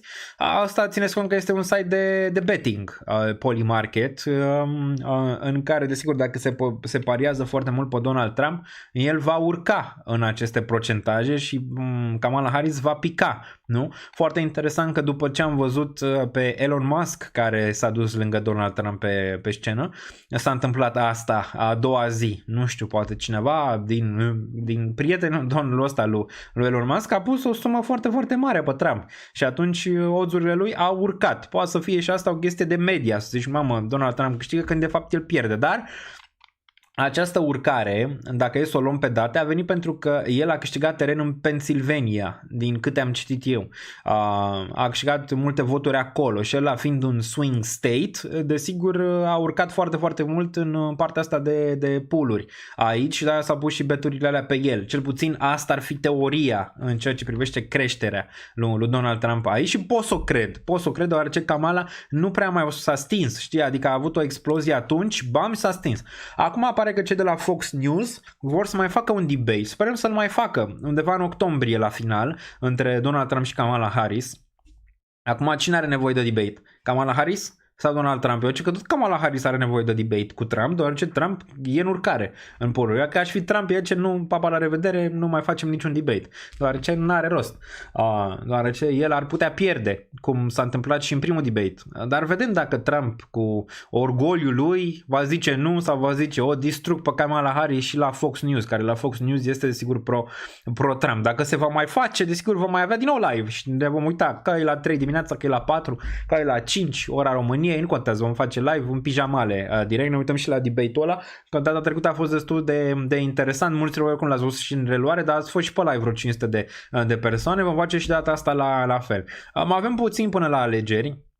Ca un preview o să fie și un video făcut de Ioana despre alegerile prezidențiale din SUA, care o să vină săptămâna viitoare. Săptămâna asta o să mai fie tot la mine pe canal un video făcut de Melissa despre o posibilă recesiune și cum arată indicatorii economici pe recesiune. Probabil va veni mâine seară cel mai probabil acest video, dar ținem ok, pe 5 noiembrie o să avem și multe live-uri atunci, poate 5 noiembrie, 6 noiembrie vom face live-uri, mai ales când știm foarte, foarte aproape cine este președintele SUA, vom face niște live-uri speciale pe momentul ăla.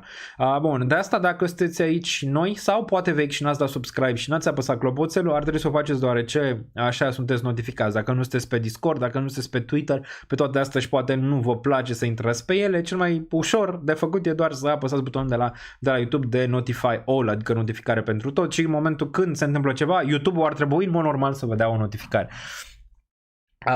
Cam puțin oameni pe live se anunță bată. Păi eu zic că 1300 sunt oameni buni în ceea ce privește cripto, cu toate că cripto nu stă chiar așa de rău. Bitcoin încă este cel mai bun performant ca asset din 2024, adică nu e ceva peste ca și creștere.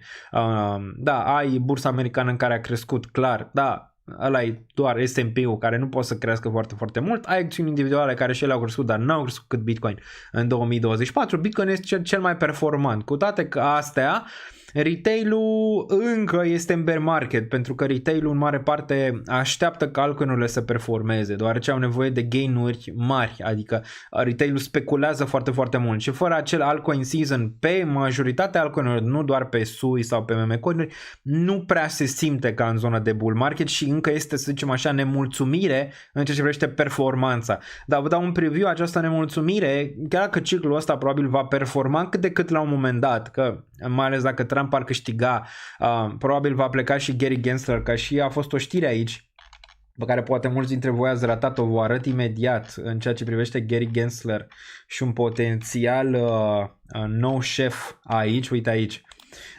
Bun, există speculații conform cărora Dan Gallagher, directorul juridic al Robinhood, ar putea să înlocuiască pe Gensler în funcția de președinte al SEC în cazul unei victorii a lui Trump. Asta ar fi fenomenal de bine, deoarece ce a mai făcut Gary între timp, păi a trimis o notificare de tip Wells și celor de la Crypto.com, ce să vezi, că ce să facă și el, în sfârșit a ajuns și la Crypto.com să le trimită și lor, dar dacă el ar pleca din poveste, ar veni Trump la guvernare și ar veni băiatul ăsta, păi cred că atunci ar fi bubuiala masivă pentru cripto, cripto, deoarece acum toată lumea e un pic speriată ca să mai facă orice în legătură cu aceste tokenuri, ok? E speriat că vine SEC-ul și nenorocește.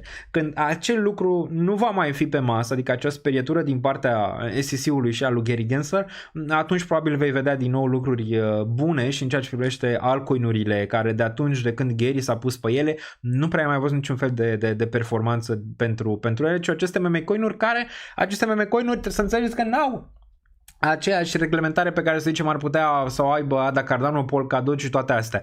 Că nu știi cine este fondatorul, nu știi nimic despre ele, e Wild West pe ele, știi, adică acolo. Și asta place, această zonă gri, în ceea ce privește meme-coin-urile în momentul de față, place celor care vor să speculeze masiv aceste piețe. Dacă va pleca Gary și va veni cineva, probabil se va întoarce acest hype și pe partea de altcoin-uri în afară de aceste meme-coin-uri și poate ceva, nu știu, gen doar Sui și altele, Solana și doar câteva care au performat un pic aici, dar pe termen lung nu vă așteptați la prea multă volatilitate, deoarece volatilitatea va scădea din ce în ce mai mult în ceea ce privește cripto și atunci va fi mai așezat spațiu. Asta este că va fi mai așezat, ce rezistă, dar lucrurile alea vor fi mult mai așezate decât sunt în momentul de față. Vom avea, desigur, majoritatea fondurilor care vor merge spre chestii mai reale decât chestii mai speculative și lucrurile vor crește, dar mai lent, dar mai pe termen lung. Cu vezi, poate zona de acțiuni în momentul de față și cripto probabil va ajunge într-un fel sau altul să tranzacționeze similar. Okay? Bun.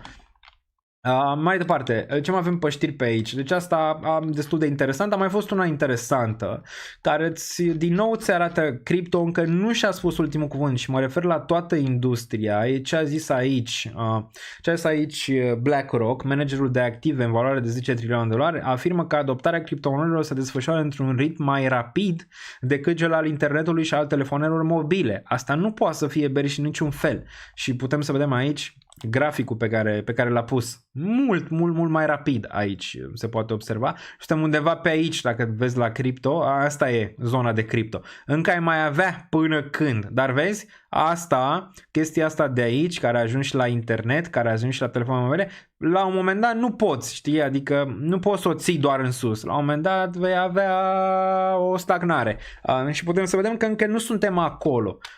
Mai avem probabil un an, 2, 3, rămâne de văzut până când vom ajunge la partea de stagnare, care ulterior se va întâmpla, că n-ai cum să duci toată chestia asta de obicei în 20 de ani, acum noi suntem undeva la 15, deci un 5 ani poate ai mai avea până când ajungi ca această linie să se curbeze undeva spre dreapta. Dar atâta timp cât asta arată așa, nu trebuie să ai, să zicem, emoții în ceea ce privește cripto și aici poate Bitcoin, ETH, toate cele care, să zicem, sunt stabile, market cap-uri mari, n-ar trebui să ai o grijă prea mare că nu performează. Numai că nu se întâmplă atât de rapid, deoarece aici ai avut oricare foarte, foarte rapid, acum încetinește, că e normal, n-ai cum să ții această traiectorie la nimic în sfera asta, să o duci doar în sus, fără să ai o curbă aici la un moment dat. Dar din nou, până la 20 de ani zice că mai avem aici, dar între spanul ăsta de 15 și 20 de ani pe adopție ar trebui să avem câteva aplicații masive aici,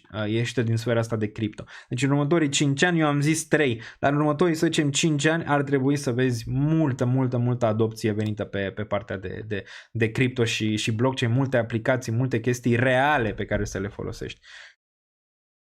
Deții ceva real world assets în portofoliu, nu atât de mult, eu cred că ETH în final va fi, cu toate că acum ai multe Ondo și astea, am Ethena care cochetează cât de cât cu partea asta de real world assets, cu tokenizări, cu chestii, am ceva Ethena în portofoliu care cred că da, Ethena la un moment dat în timp probabil va performa destul de bine, momentan încă nu e timpul pentru ea, am ceva Chainlink și aș vrea să măresc poziția pe Chainlink, deoarece cred că Chainlink va performa foarte, foarte bine și cam astea sunt. Acum mai ai Ondo, mai ai Mantra. Asta rămâne de văzut, să mai mult speculă în momentul ăsta decât poate ceva care se va întâmpla. BlackRock 1,8% din tot supply-ul BTC, cam centralizat, nu știu dacă are 1,8%, nu știu dacă are 1,8%, posibil să aibă un pic mai puțin. Teoria încă rămâne, atâta timp cât BlackRock e sub Binance la nivel de cât Bitcoin deține BlackRock ETF-ul, nu neapărat compania, ci ETF-ul celor de la BlackRock, nu cred că Bitcoin va performa, să zicem, mult peste all-time high. Când se va face tranziția și va urca BlackRock pe 2 sau pe primul loc, adică va deține poate mai mult decât Satoshi Nakamoto, atunci o să vezi niște mutări interesante în ceea ce privește prețul BTC. Nu suntem departe, deci la câteva luni de zile ca BlackRock, în modalitatea în momentul de față, cum urcă ETF-ul celor de la BlackRock și deținerea lor de Bitcoin, probabil în câteva luni vor depăși Binance la nivel de cât deține fiecare, și Binance, BlackRock și Satoshi. La un moment dat vor lua și portofoliul Satoshi, adică la 1 milion, și vor trece mult peste 1 milion de Bitcoin cei de la BlackRock. Și atunci probabil vom vedea niște magie în ceea ce privește prețul Bitcoin, care mai devreme sau mai târziu va urca. Adică n-am stres că Bitcoin nu va urca spre 100.000, 200.000, 300.000 la un moment dat, deoarece e făcut în așa fel încât în acest tip de economie el să urce. La fel și ETH, care ETH în ultimul an și ceva încă este deflationary, adică este deflaționist și încă nu se înțelege povestea cu ETH atât de bine cât s-a înțeles cu Bitcoin în partea instituțională. Când se va înțelege povestea, când vei veni pe ETF cu yield-uri pe ETH, când vei veni pe partea de tokenizare peste ETH, poate cu ajutorul nu știu, Layer 2 sau orice altceva, atunci povestea va fi mai clară și vei vedea probabil și ETH care performează extrem de bine. Orice înainte ca ETH să performeze, chiar și Bitcoin, este o oportunitate foarte, foarte mare, cu toate că poate mulți nu o văd în momentul de față și văd ca o dezamăgire. Vezi?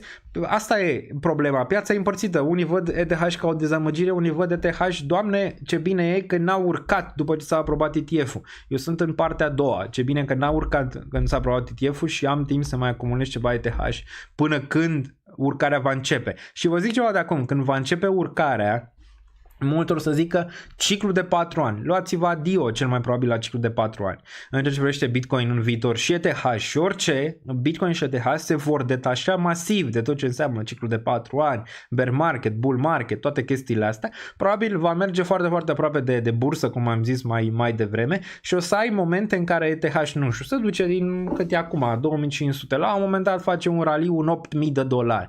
Din 8.000 pică în $6.000 și zici gata, s-a terminat, să întoarce bear market minus 80% și o să ai o surpriză că rămâne la $6.000-7.000 un an jumate în care îți ține $6.000-7.000 și nu se întâmplă absolut nimic și apoi din nou se face grind înapoi la all time high 8.000, 9.000, 10.000, 11.000, pe urmă iar cade la 9.000, mai stă un an pe acolo, pe urmă iar urcă la 12, 13, 14, 15.000 și o să fie o urcare un pic mai graduală pe termen mai lung, dar sustenabilă pentru prețul Ethereum, la fel și pentru Bitcoin cel mai probabil se va întâmpla.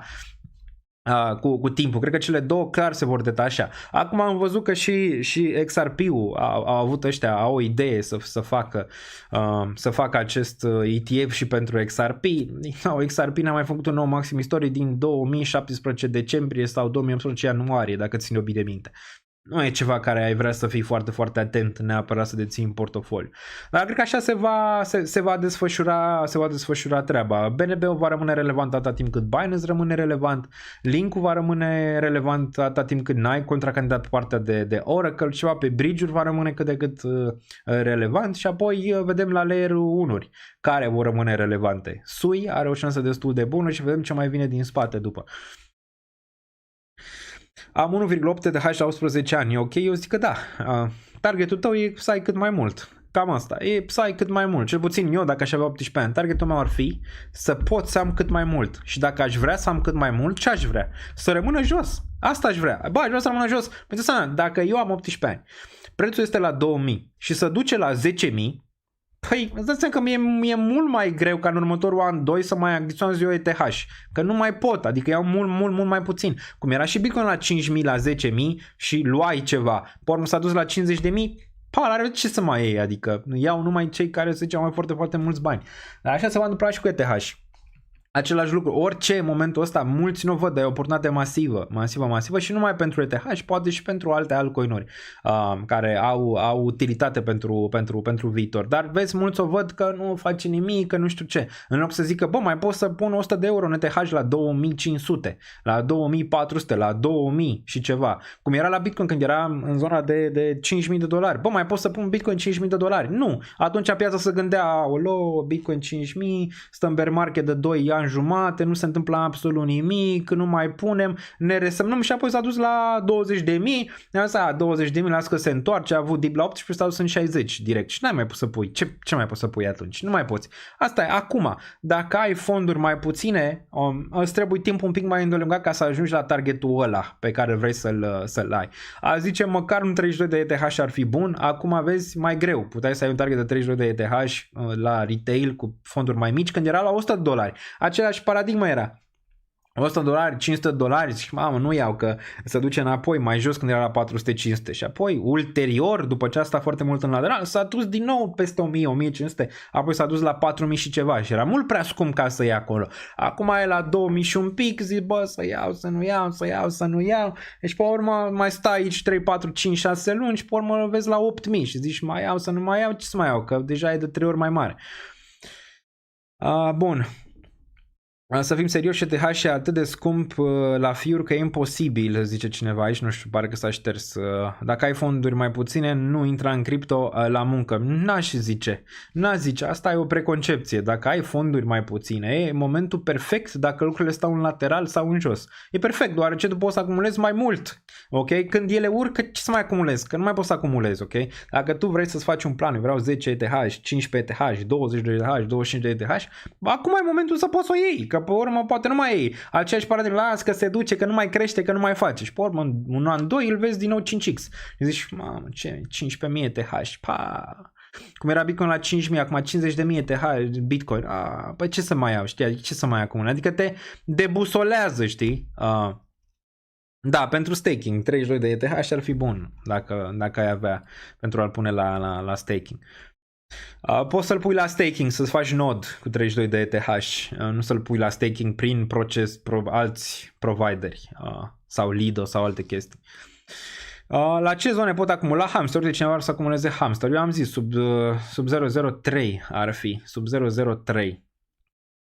Așa e, dacă ai fonduri mai puține, îți iei țepe de mai puțin bani. E bine ce spui, zice Ștefan, nu știu, nu înțeleg ce vrei să zici. Dacă îți iei țepe de mai puțin bani, adică dacă băgai în ETH și în ultimii 5 ani îți luai țeapă sau un Bitcoin sau un BNB sau un Link sau nu știu, adică nu înțeleg care e teoria din spatele spuselor tale, dacă la asta te referai. Să fim serioși, ETH are fiuri așa mari că e imposibil să iei cu țărâita de $100, doar greii au acces. Nu mi se pare că dacă bagi pe Binance sau pe orice sau pe XFI sau whatever, ai fiuri atât de mari încât să nu poți să-ți permiți să bagi $100 în ETH.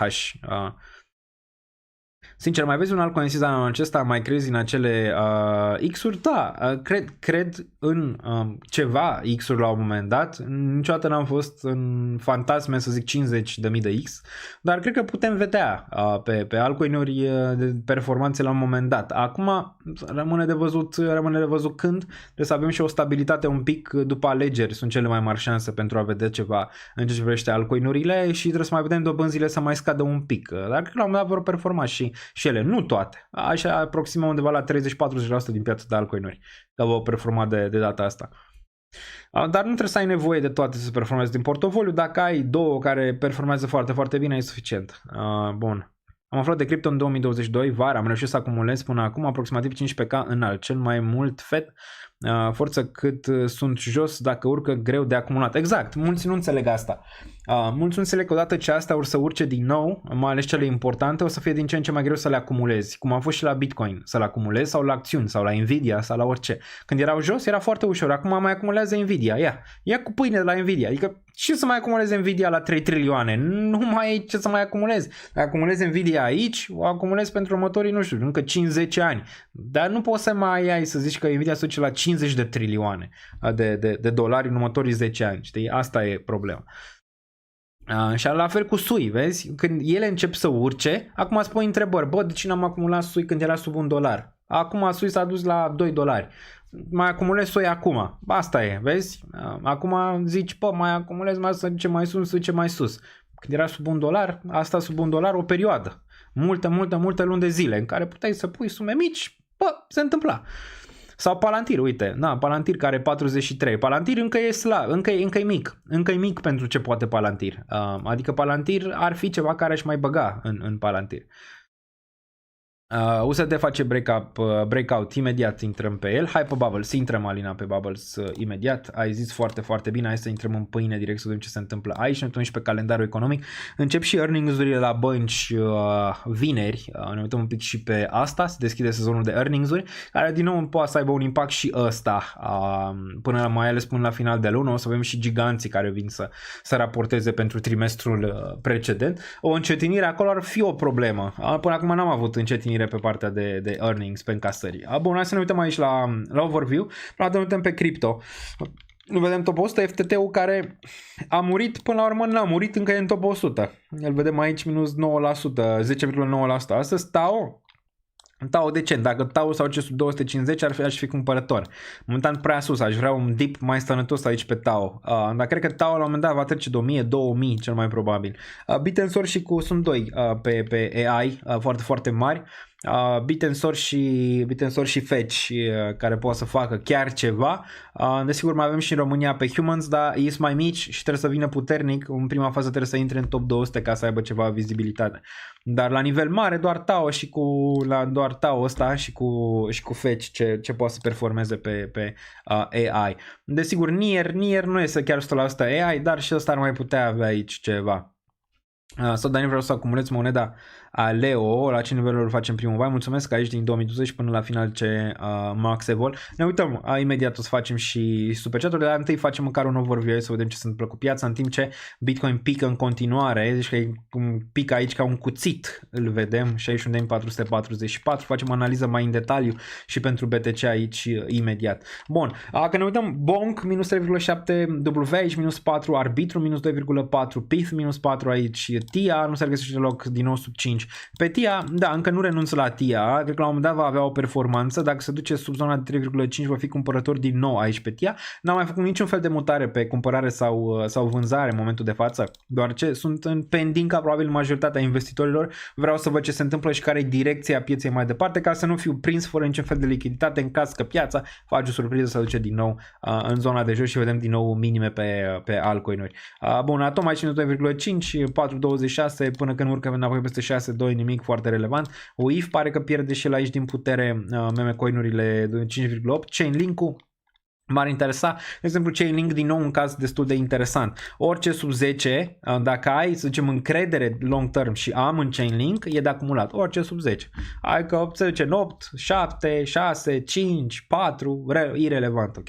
Dar voi fi cumpărător pe Chainlink aici și l-aș vrea în portofoliu de bază. Momentan n-am suficient, e foarte, foarte puțin Chainlink momentan și aș vrea mai mult Chainlink aici, asta este clar. Sub 10 este nivelul în care m-ar interesa să-mi acumulez ceva Chainlink aici pentru următoarea perioadă. Bun, pentru long term. FET am ceva din 0.55, e în portofoliu de bază, poate aș vrea un pic mai mult. Dacă se întoarce măcar spre 0.6, 0.5, poate acolo m-ar mai interesa ceva Fetch din nou. Cred că și ăsta va face all-time high la un moment dat. Bun, altceva ce mai vedem aici, Caspa a avut ceva reacție la început, a fost printre primele care au urcat aici Caspa și cu Injective, dacă țineți minte, momentan pare că nu mai are hype-ul ăla pe care l-a avut la începutul anului sau chiar anul trecut. Seio aici a încercat o urcare peste 50 de cenți. 50 de cenți este regiunea de bază aici pentru Sei, pare că nu poate să o reia. BIM frumos era să țină 0,015, n-a putut momentan, sub un cent m-ar mai interesa BIM momentan nu în așteptare, dar există. Pe gaming am expunere aici prin BIM. Optimismul 1,57 peste 1,95 este zona de bull market, momentan nu. Aici, Uniswap pare un pic pe urcare, TRX un pic pe urcare care se ține încă destul de bine la 16 cenți, aici va ciudat cu TRX-ul ca de fiecare dată, nu are volatilitate prea mare. Pitho aici 0.3, Pitho peste 0.5 ar putea avea performanță. Arbitrum, în continuare, Arbitrum în următoarea zonă care m-ar interesa ar fi sub 0.3, cred că și ăsta va da drumul la motoare la un moment dat în timp. Acum toată lumea pare că uită de Arbitrum aici, cu toate că toată lumea vrea să-l cumpere când era la $2.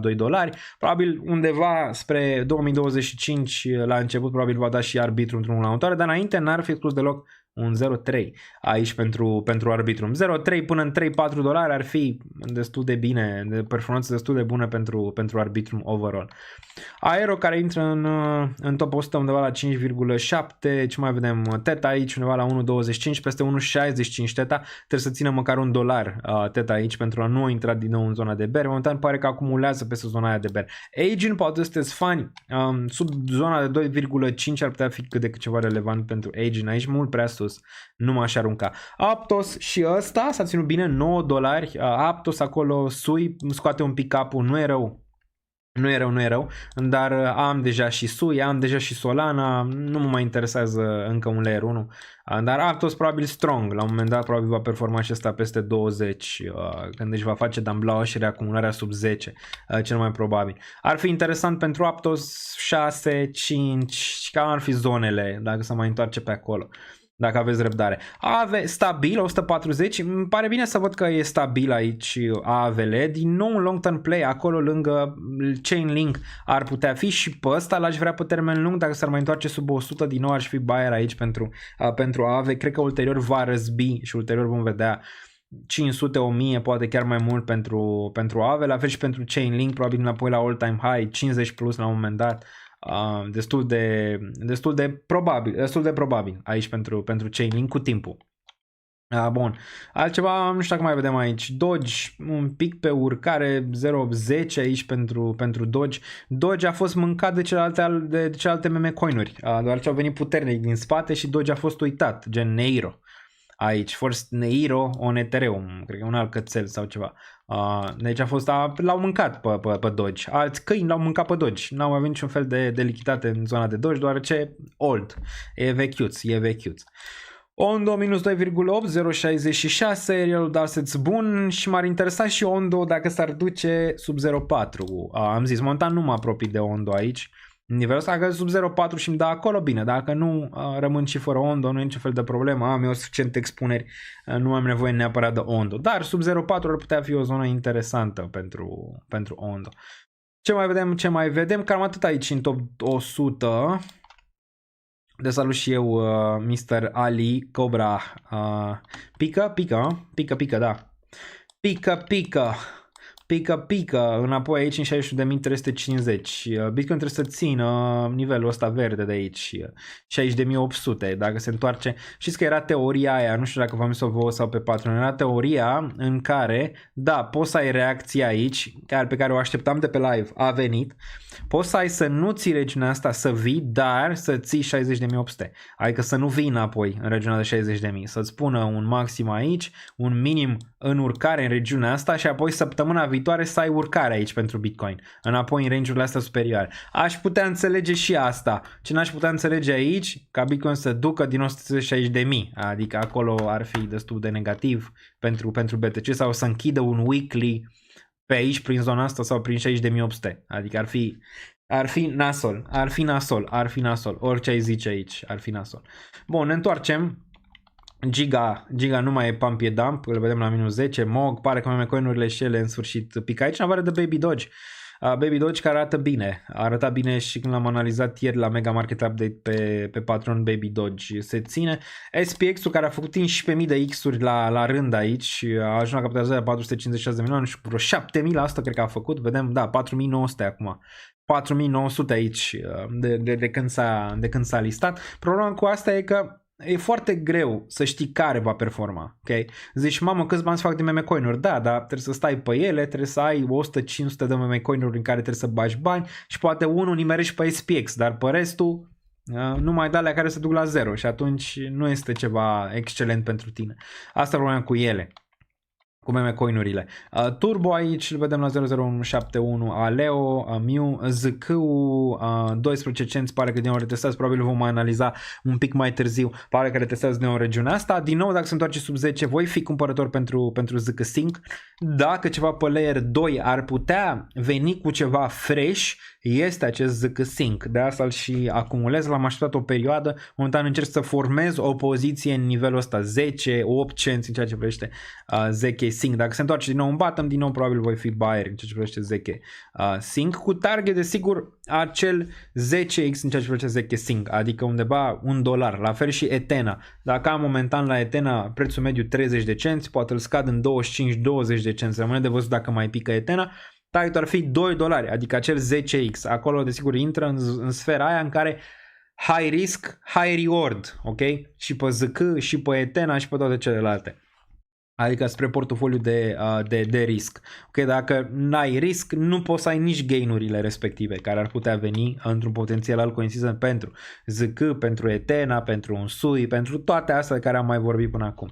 Saga se ține bine, nu știu ce face și cum face și ce face. Un layer 1 care se ține bine aici 2.76, targetul de trec cred că a fost aproape atins aici pentru Saga, dar e măcar pe verde astăzi, ceea ce e bine de văzut. Mai am ceva la staking din ce am farmat. Am la staking ceva Saga.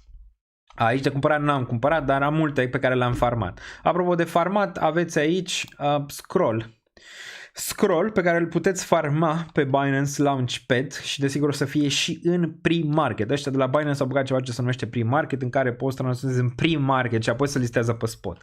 E o chestie interesantă pe care au făcut-o ei. Binance se încânta să anunțe al 60-lea proiect pe Binance Launch Pool, Scroll. Eu având BNB l-am blocat deja, nici măcar nu mai stau, adică să-l pun, să nu știu ce, lucrează oricum pentru mine, BNB destul de stabil și o să vreau să mai și acumulez ceva BNB pentru viitor, deoarece cred că da, BNB-ul s-a ținut oricum bine, iar în bull market va trece de 1000-1500, cel mai probabil BNB-ul aici. Dar revenim la Scroll, care este din nou un layer 2, care din punctul meu de vedere, poți să zici că mai vine cu câteva chestii fresh acolo, dar tot chestia asta de ZK, tot pe partea asta și imediat vorbim despre Scroll, aici vedem că Binance Pre-Market va lista apoi SKR pe 11, deci începe cred că de mâine, producția începând din 9-a, deci pare că de astăzi la ora 000 aici și apoi o să ai probabil vreo 2 zile de farmat. Asta și apoi se va lista în pre-market. După ce se listează în pre-market, se va lista și pe spot ulterior aici. Dacă aveți BNB, de ce nu puneți la treabă? Eu am farmat foarte, foarte multe lucruri cu Binance și mi-a adus destul de multe beneficii. Acum vreau să vedeți ce este Scroll, aveți aici în detaliu, dacă intrați pe Binance Research găsiți protocol Scroll. O să dau probabil și un tweet mâine în care explic mai pendelete ce poate să facă aici, dar tot vedeți bytecode level compatible ZK EVM rollup. Deci asta este Scroll în mare parte și puteți citi voi despre el aici, cum se face settlement layer, sequencing layer, proving layer. Astea sunt chestii un pic mai în detaliu pe care le puteți vedea. Totuși puteți să vedeți și alocarea pentru Launchpad, 5,5% aici. Mulți au fost supărați că a fost alocare mai mare pentru Binance sau aproape similar cu ce au farmat ceilalți care s-au chinuit, nu știu, să farmeze normal acest token, care a fost undeva la 6% doar 6%, Secret Supply undeva la 19% aici.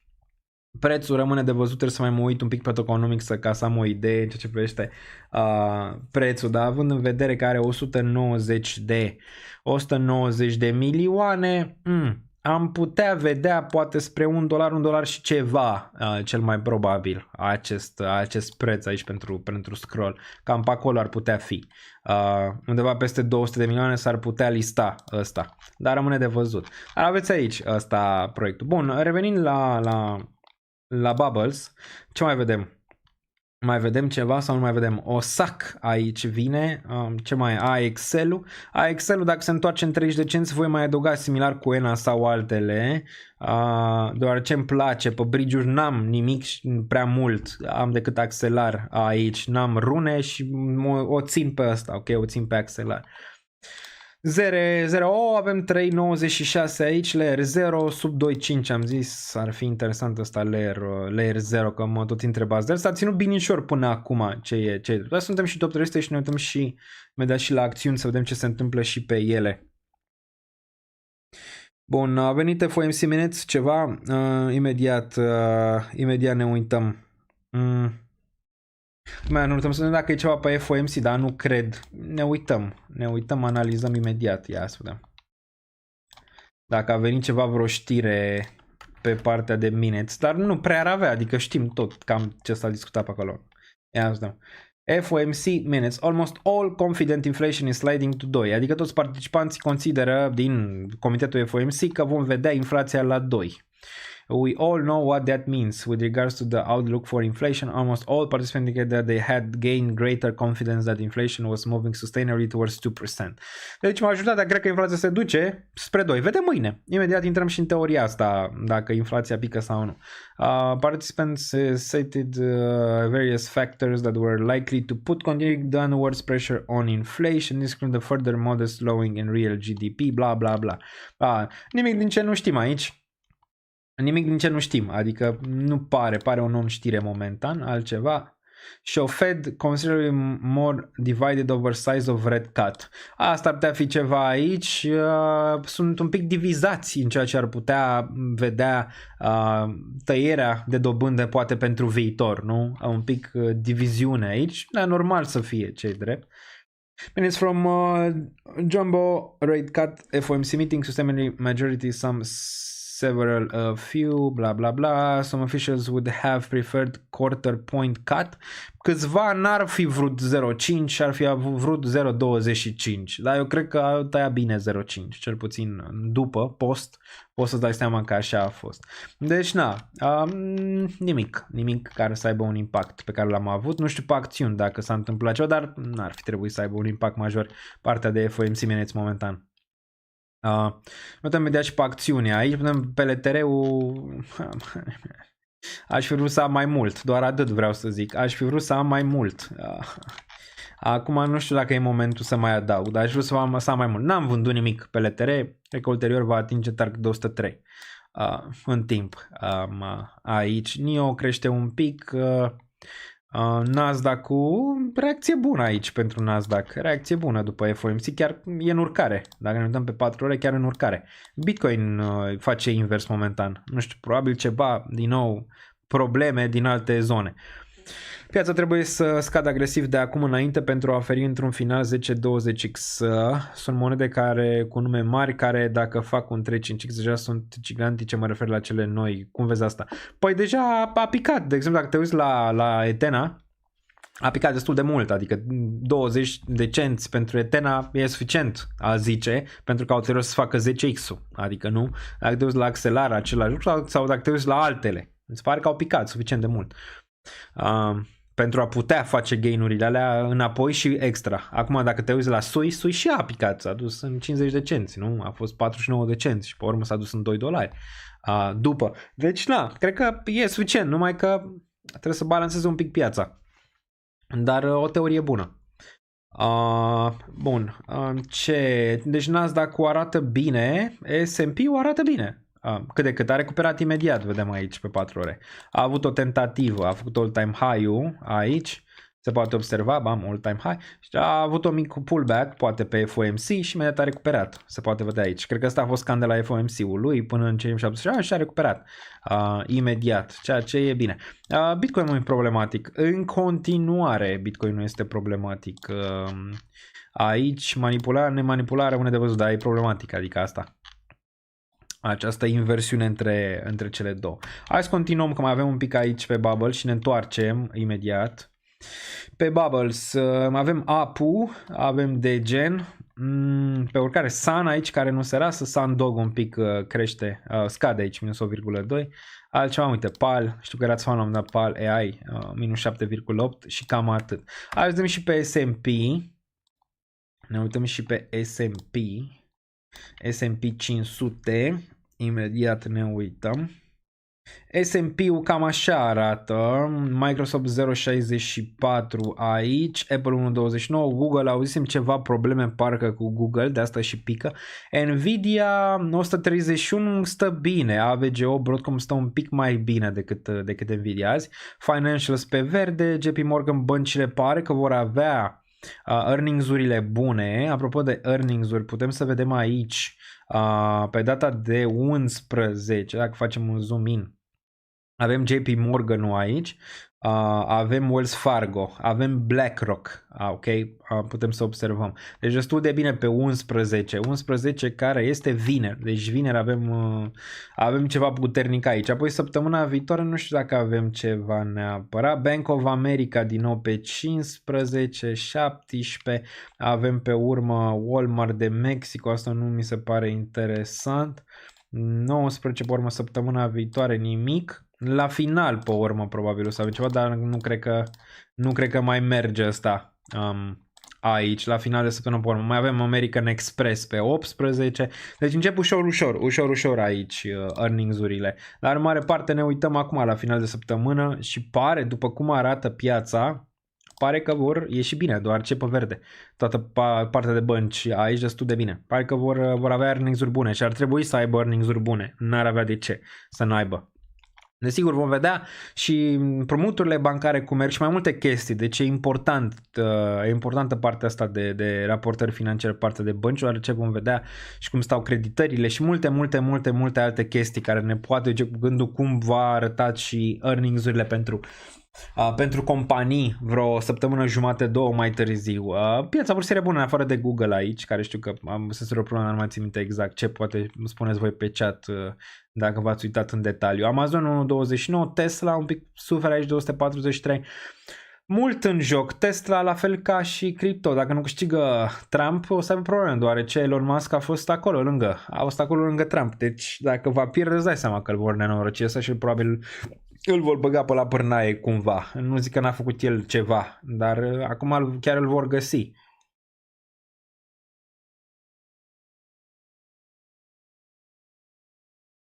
Capitalizarea pieței cripto de la ciclu la ciclu crește enorm. De ce să scadă drastic cripto ca să ajungă la tot acea capitalizare din bulul trecut să facă acele 10-20x up? Capitalizare egal x-uri. Și asta o chestie. Sper să repetăm istoria din 2020 când Bitcoin începea urcarea parabolică în a doua jumătate a lui octombrie. Așa repetând istoria, poate avem și un alt coin season din decembrie, ianuarie ar fi, dar vezi, sunt multe chestii care pot avea un impact în 2024 față de 2020 și am avut destul de multe chestii prin care am trecut până acum. Eu zic că mâine și poi mâine vom avea destul de multă claritate în ceea ce privește Bitcoin. Ar trebui la inflație și vorbind de inflație, aici mergem pe calendarul economic. Noi vedem că am avut FOMC minutes-ul pe care l-am văzut un pic mai devreme. Avem aici joi, adică mâine, la ora 3:30, o să fac din nou graficul pentru cei de pe Patreon cu reacțiile probabile similar cum am făcut și la șomaj mâine dimineață. Dar aici avem core inflation și inflation rate month over month. Să dăm 2,5, nu știu ce se vede așa, cred că trebuie să dăm zoom out, da, perfect. Bun, avem 2,5, iar consensul e în 2,3. După ce scade, că iar sunt știri negative.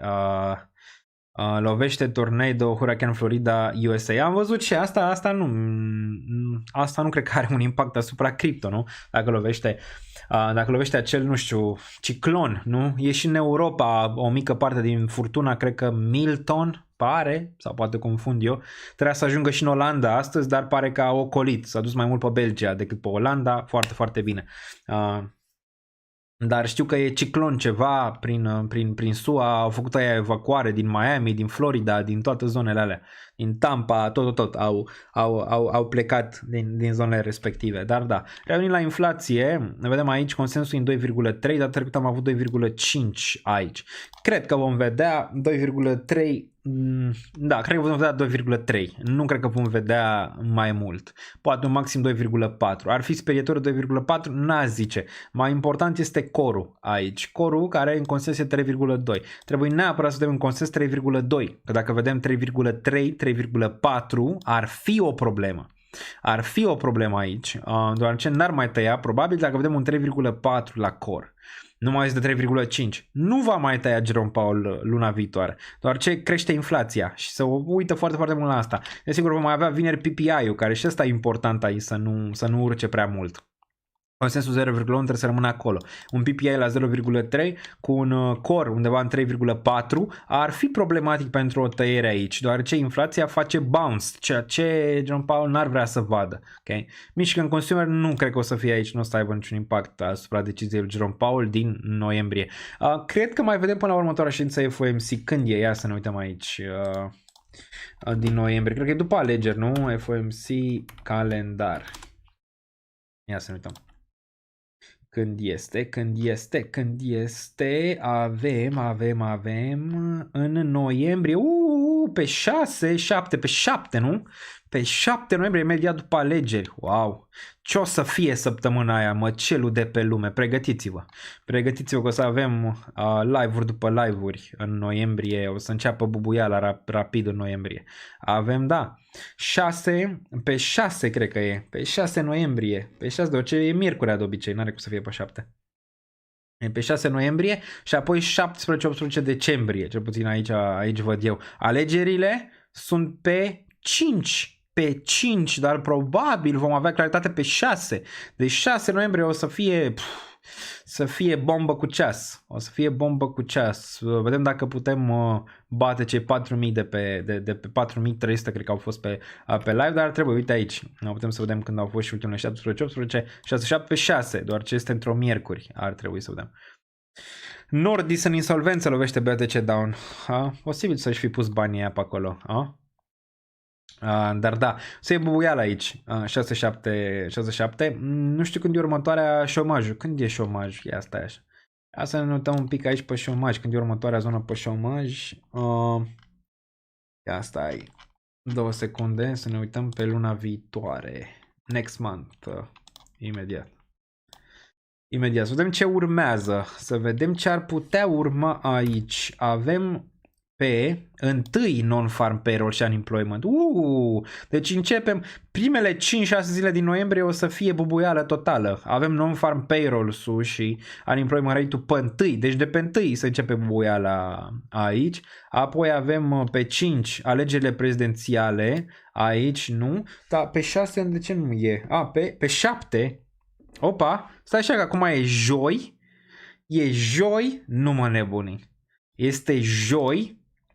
Este prima dată, cred că anul ăsta când este joi. FOMC-ul este joi. Cred că e decalat din cauza alegerilor prezidențiale. Este de aici ceva.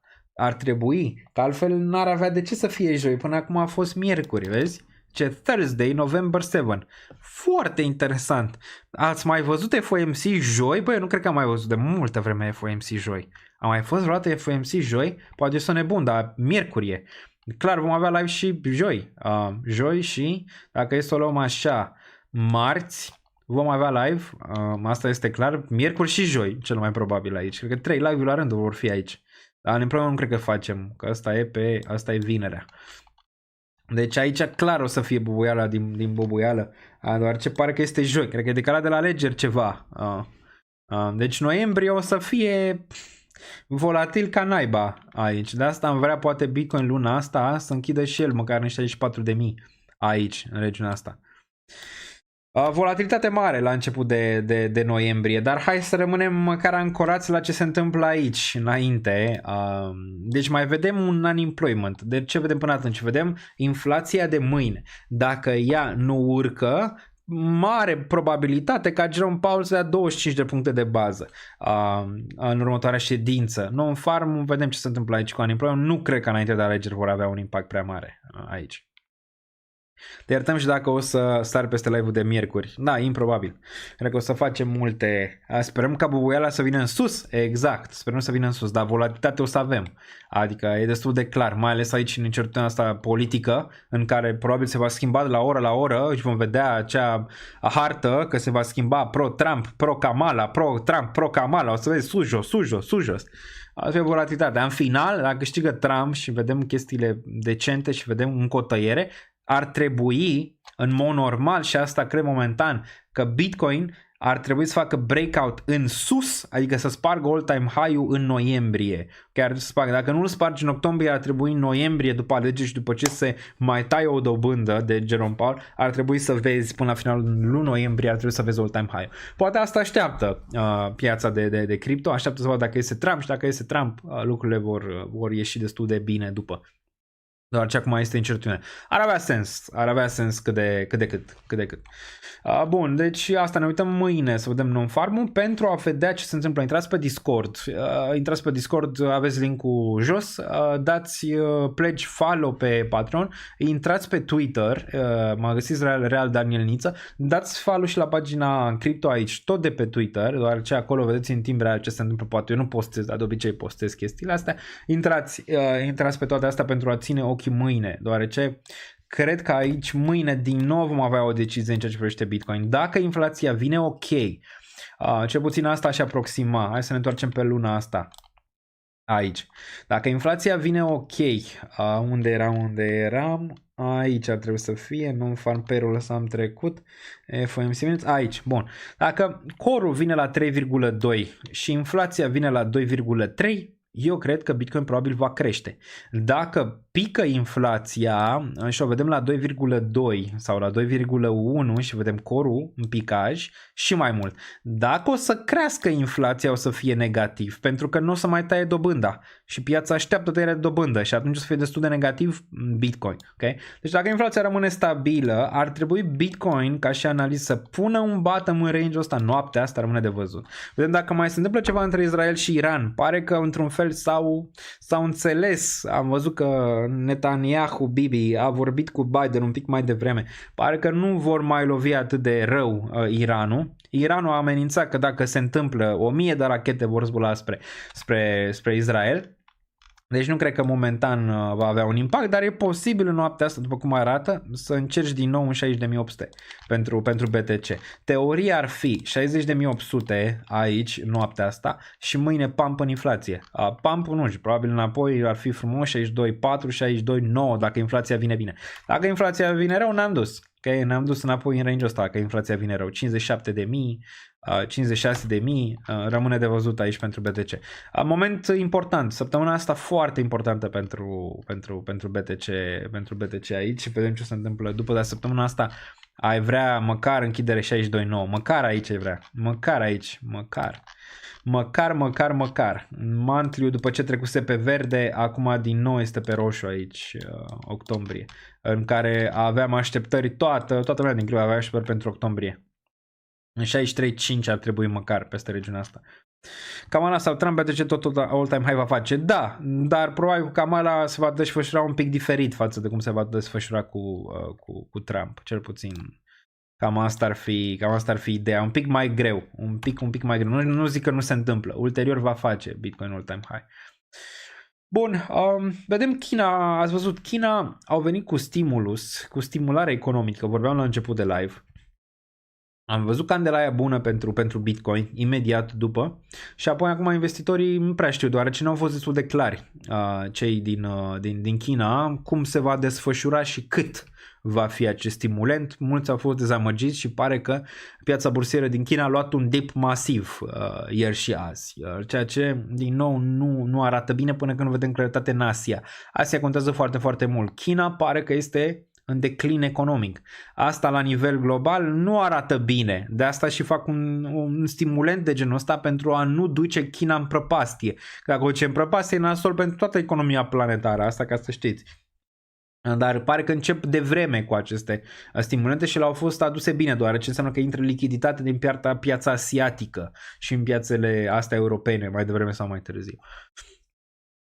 A atacat Israelul pe data de 7, n-a atacat. 7 care s-a făcut un an, nu vrei să zici de la atentatul ăla pe care l-a făcut Hamas.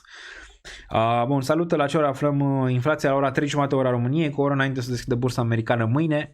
Intrați pe Discord, Twitter, toate astea o să vedeți că o să dea cu Aron Everyone sau pe Twitter sau oriunde. Ați văzut Erdogan ăsta, președintele Turciei, că vorbeam de Turcia și mulți ziceau ce treabă are Turcia cu Israelul. Turcia nu se înțelege cu Israelul. Hai să stai Erdogan, că este un stat terorist, Israelul, și l-a felicitat pe Putin de ziua lui, că a fost ziua lui Putin, așa am înțeles, și ăsta Erdogan l-a felicitat. Nu știu, Turcia asta pare că joacă de fiecare dată la două capete, e NATO, e cu Putin, pare că e cu toată lumea așa, în crengătură. Dar asta ziceam, dacă Israelul ar putea intra la un moment dat într-un conflict cu Turcia, Turcia fiind în NATO, Aia ar fi foarte interesant de văzut cum s-ar desfășura o chestie de genul ăsta, probabil că ar scoate din NATO, nu? Că altfel nu cred că s-ar putea întâmpla. Cum te aștept să iasă CPI mâine? Bine. Mă aștept să iasă bine. Nu văd o urcare pe CPI înainte de alegeri. Deci mă aștept să arate bine. Am zis de Bitcoin. Mă aștept aici la Bitcoin ca să facem o analiză și să o încheiem pe Bitcoin. Mă aștept la 60.800 din nou aici pentru Bitcoin. Pe termen scurt. Hai să reluăm data trecută. Am zis că data trecută probabil vom ajunge în nivelul ăsta de aici, dacă mai țineți minte. Eram pe aici, vă ziceam, da, probabil Bitcoin va veni și va testa 64.5. Acum, ca să fim drepți, ceea ce nu s-a întâmplat aici, mă așteptam să țină nivelul ăsta de 64.400, având în vedere că bursa americană arată bine, Nasdaq-ul arată bine, lucrurile arată bine. Bitcoin trebuia să țină regiunea asta de aici. A venit, a găsit rejectare, piața asiatică poate a avut un impact mai mare decât m-aș fi așteptat aici pentru Bitcoin și nu s-a întâmplat. Nu s-a întâmplat să țină regiunea asta de aici, a găsit rejectarea pe care a găsit-o, acum cel mai probabil va încerca din nou să facă sweep la lows. Eu n-aș vrea să facă 60.000, ci aș vrea să oprească 60.008. Și asta ar fi teoria pentru mâine. Ar fi noaptea asta, retest în regiunea asta de jos de aici din nou, 60.007, 60.005, dar nu vreau să văd 60.000 încă o dată și mâine la CPI să vedem pump pentru BTC înapoi în zonele superioare și să începem urcarea vineri să închid aici. Asta vreau să văd. Nu știu dacă duminică vom avea live, depinde foarte mult ce se întâmplă, nu știu dacă, doar ce o să fiu pe drum și o să am chestii de făcut prin România, dar dacă ceva se întâmplă, probabil îl vom face poate mai devreme, live-ul de duminică. Poate mai devreme, nu știu, ora 2, ora României, 3, ora României, rămâne de văzut dacă se întâmplă ceva, adică dacă Bitcoin pierde regiunea asta de aici de 60.000, atunci clar o să facem un live pentru a putea vedea targeturile astea 57-55. Acum, desigur, e și teoria aia a urșilor mai normali, în care Bitcoin din nou să testeze regiunile astea de aici. Okay. Unde vine 55 EMA-ul încă o dată cu un minim în urcare la macro, adică în 54-56 și asta era și o teorie pe care n-aveam încă probabilitatea pentru ea, ok? N-aveam, dar dacă săptămâna asta închide așa, îți dai seama că probabilitatea crește. Probabilitatea era în favoarea taurilor, să mențină 64.000, să mergem în all-time high sau spre all-time high, adică 70.000 luna asta. Au în închiderea asta, nu grozav pentru BTC, dar teoria cu o încredere mai mică era din nou minim în urcare aici, minim în urcare aici, minim în urcare în august, minim în urcare în septembrie, în regiunea asta de aici. În august n-am avut aici și am avea din nou în octombrie un minim în urcare în regiunea de 54.000 aici pentru BTC și Bitcoin face aici un chop.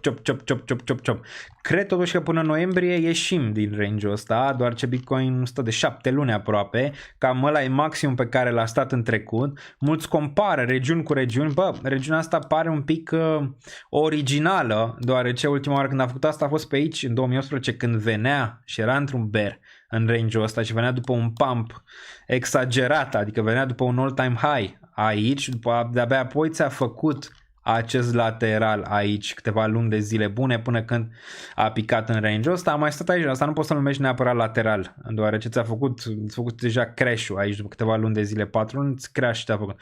E un pic originală regiunea asta pe care o vedem aici pentru Bitcoin, deoarece nu ți-a făcut un all-time high sustenabil, adică să-ți meargă cum ți-a mers în 2017, ți-a făcut un mic fake all-time high și stă aici și tatonează zona asta de all-time high de 7 luni. Da, Monthly nu arată chiar rău, poți să zici că stă în all-time high aici dacă te uiți, adică aproape de all-time high dacă te uiți pe time frame-uri mai mare, dar ai vrea noiembrie, maxim decembrie, breakout-ul aici pentru Bitcoin și încă în favoarea taurilor. Hai să ne uităm un pic la RSI, nu?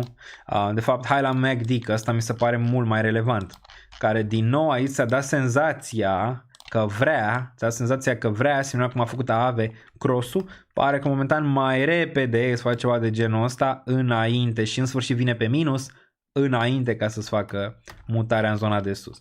Nu suntem departe de bottom, chiar dacă Bitcoin pică înapoi sub 60.000 și se întoarce 57-55, din nou eu nu cred că pierde pe probabilități nivelul de 52.000 și merge, nu știu, 4, 6, 39, cu toate că am un plan și pentru asta, îl știți din regiunea asta de aici.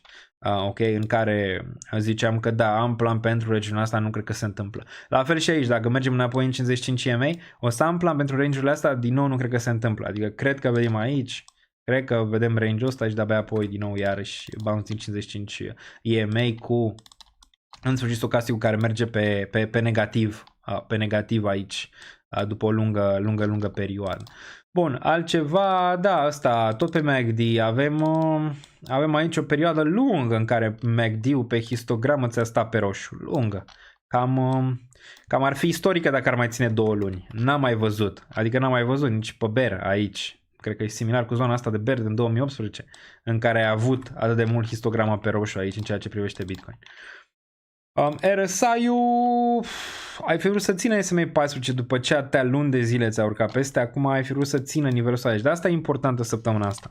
Dacă ți închide peste un 63-64, ține SMA 14, retest și apoi îți face asta în regiunea de sus, da, e foarte, foarte importantă săptămâna asta pentru BTC. Dăm o șansă, bă, eu zic să dăm o șansă taurilor aici, ok, dăm o șansă taurilor, chiar dacă te retestăm low-urilor, poate până mâine, dăm o șansă cât de cât. Daily-ul pe RSI ne arată ceva, ne arată că am putea vedea din nou un pic regiunea asta de aici și confirmă faptul că da, Bitcoin probabil va merge din nou sub 61.000, probabil să testeze regiunea asta. Arăta foarte bine, minim urcare, ar fi bine să țină aici, dar pare că nu vrea. Pare că nu vrea momentan. Dacă ne uităm pe stocastic, nu ne arată absolut nimic, ne arată că din nou ai putea vedea o corecție. Ok, concluzia ce privește Bitcoin, hai să ne uităm din nou. Din nou aici nu e ce vrei să vezi, nu e așa? Chat, din nou Picasso 21.9 EMA pe daily, din nou ai încercat să reiei, din nou 200 rejectare similar cu regiunea asta de aici. Ai PTSD, știi, adică făcând Bitcoin asta atâta timp, mereu același lucru, mereu urcând peste 9.21, mereu rect de 7 luni, ai PTSD, zici, mamă, se întâmplă la fel și data asta. Adică aici îți dă senzația, nu? Din nou același lucru, 21.9 EMA, buf, din nou ai retestat și nu ai putut să menții și acum urmează din nou regiunile astea de aici, de jos pentru Bitcoin. Concluzia e că da, probabil vom testa 60.500,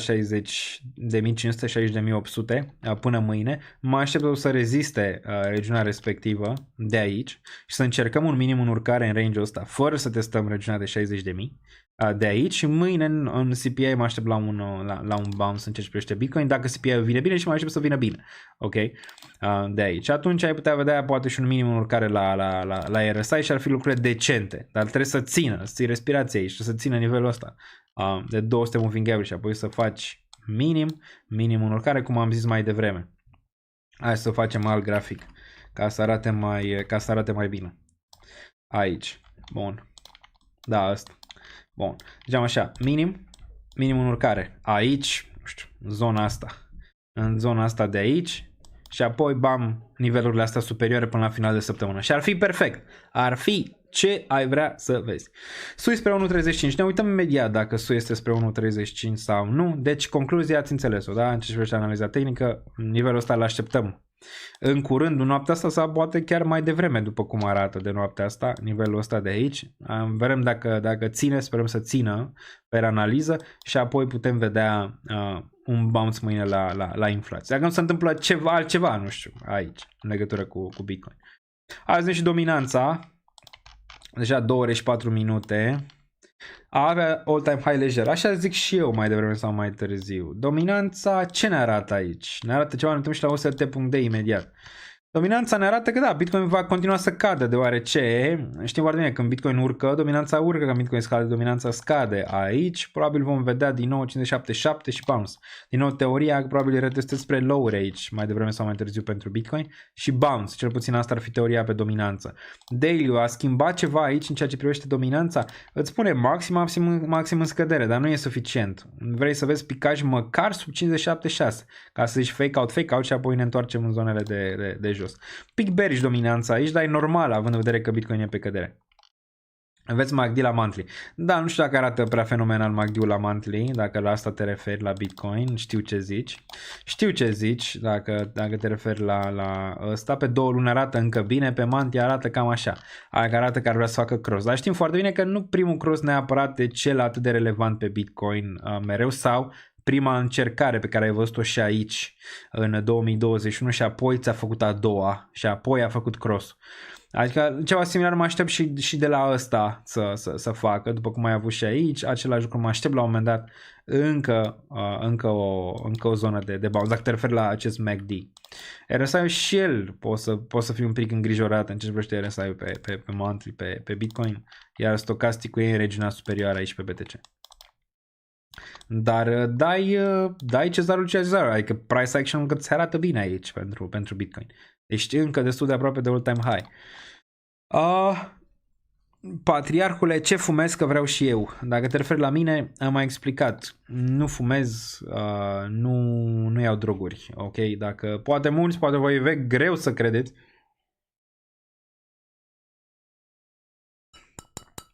Apă.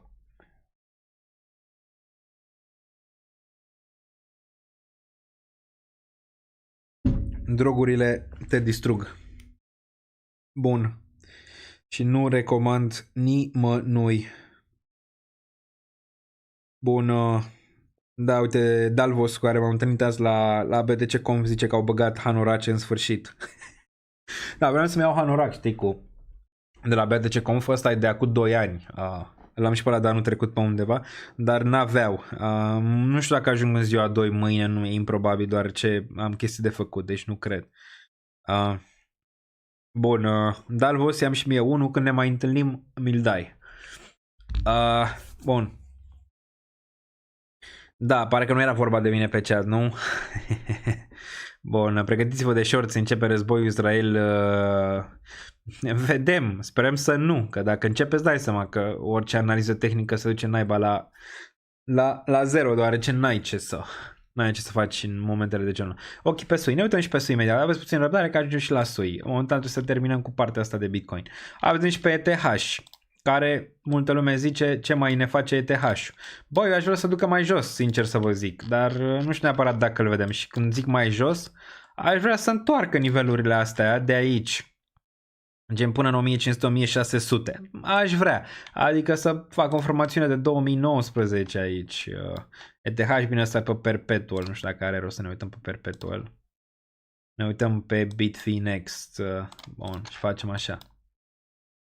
Bun, ETH ar fi bun din nou dacă s-ar duce în regiunea asta să-ți facă un fel de 2019. Bun, cu un retest aici. Poate, cine știe mai jos. De-abia apoi 2025-2026 asta.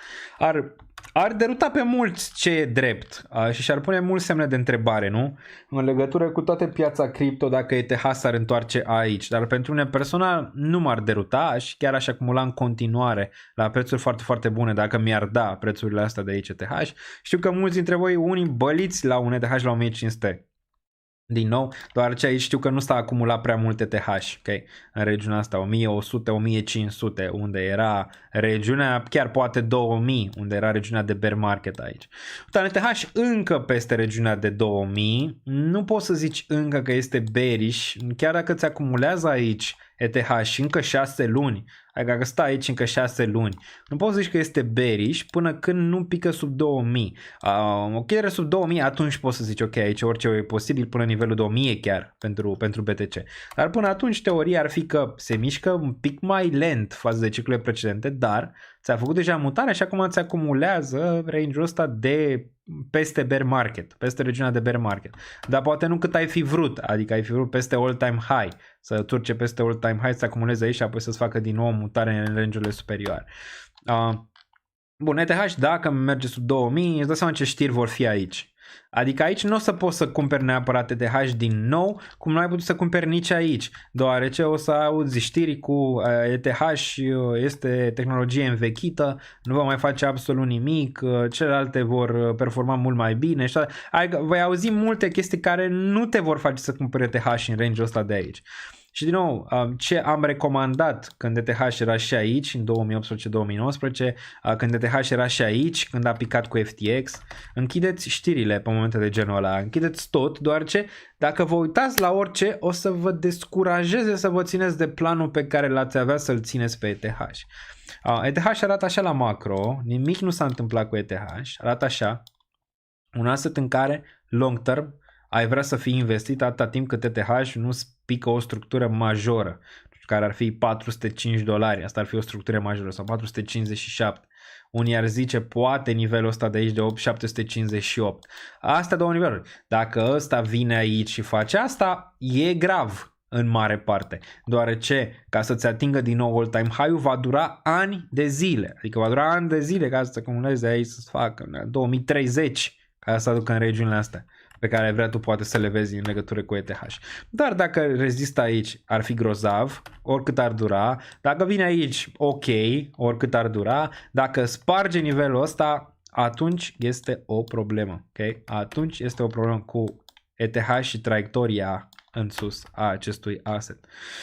Bun, Ionuț Stan, mersi pentru acest membership. Pică BTC, da, pică 61.002, adică nu face, am mai fost la 61.2. BTC sub 60, momentan nu e 61.200, nu știu unde îl vedeți voi sub 60, e 61.200. Și pare că stă aici nivelul ăsta. Pare că stă aici în nivelul ăsta de 61.200, cred că a avut un week la 61.148. Nu îl mai vedem sub 2 ca ETH probabil niciodată. Niciodată să nu zici niciodată. Poate să vină un Black Swan să ți-l trimită în 1800-1600 direct. Adică pe ETH. N-ar fi neapărat exclus să se întâmple. Adică niciodată să nu zici niciodată în ceea ce privește orice asset financiar. Dacă vine un Black Swan mare, se poate întâmpla ca asta să ducă într-o candelă. Adică într-o candelă, nu trebuie să 2 zile. Într-o candelă poate să-ți facă 1600-1800 aici ETH. Cine ai mai văzut? Adică cum ar putea și într-o candelă să-ți facă 3500 ETH. Asta e frumusețea. Momentan încă ai volatilitate aici pentru ETH. Cu timpul, am mai explicat la început, se va diminua această volatilitate și vei vedea creșteri un pic mai axate și mai pe termen lung. Bun, deci ăsta e și ETH. ETH BTC. Luptă, asta pot să vă zic. Luptă aici ETH BTC din nou și pare că are bari. Încearcă un bottom, așa cum îl vedeți voi aici tras de păr. Încearcă un bottom. Încearcă un bottom. Teoria mea rămâne și teoria mea nu trebuie să o urmați. Când vor înțelege instituțiile în afară de BlackRock, companiile toate cele, ce înseamnă ETH și ce ar putea să facă, probabil va fi game over. Dar momentan încă n-au înțeles mare parte din povestea cu ETH. O vor înțelege în tokenizare probabil într-un an, 2, poate mai devreme, rămâne de văzut. ETH în același range, de bottom, ce-i drept. Adică dacă te uiți la RSI, ETH BTC, ne referim, ne uităm imediat și la... Da, după cum observi aici, îți încearcă nivelul ăsta, e nivel de bottom istoric pentru ETH BTC. Greu să fii bearish pe paritatea asta, foarte, foarte bearish de aici, din nivelul ăsta în care 2016 ai avut un raliu mare, în 2011 ai avut un raliu mare, în 2019 ai avut un raliu mare, în 2022 ai avut un raliu mare, în 2023 ai avut un raliu mare.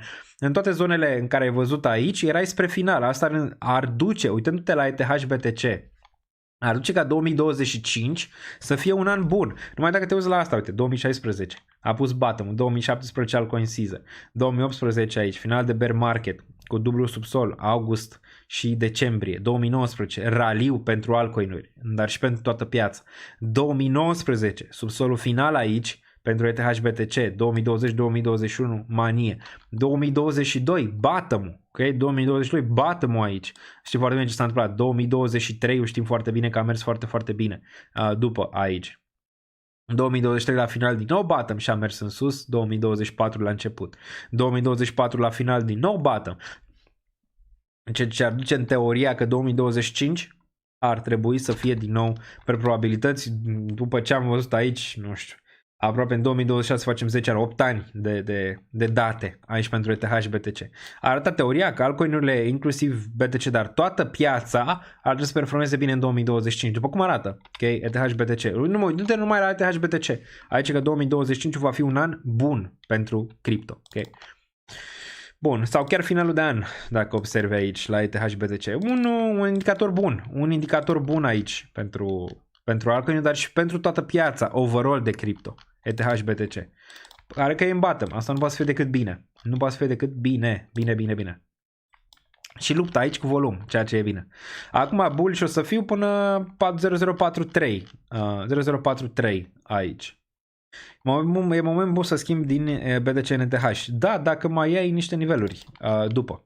Adică schimbi aici și mai nivelul ăsta de 0029-003 ca ultim resort de capitulare.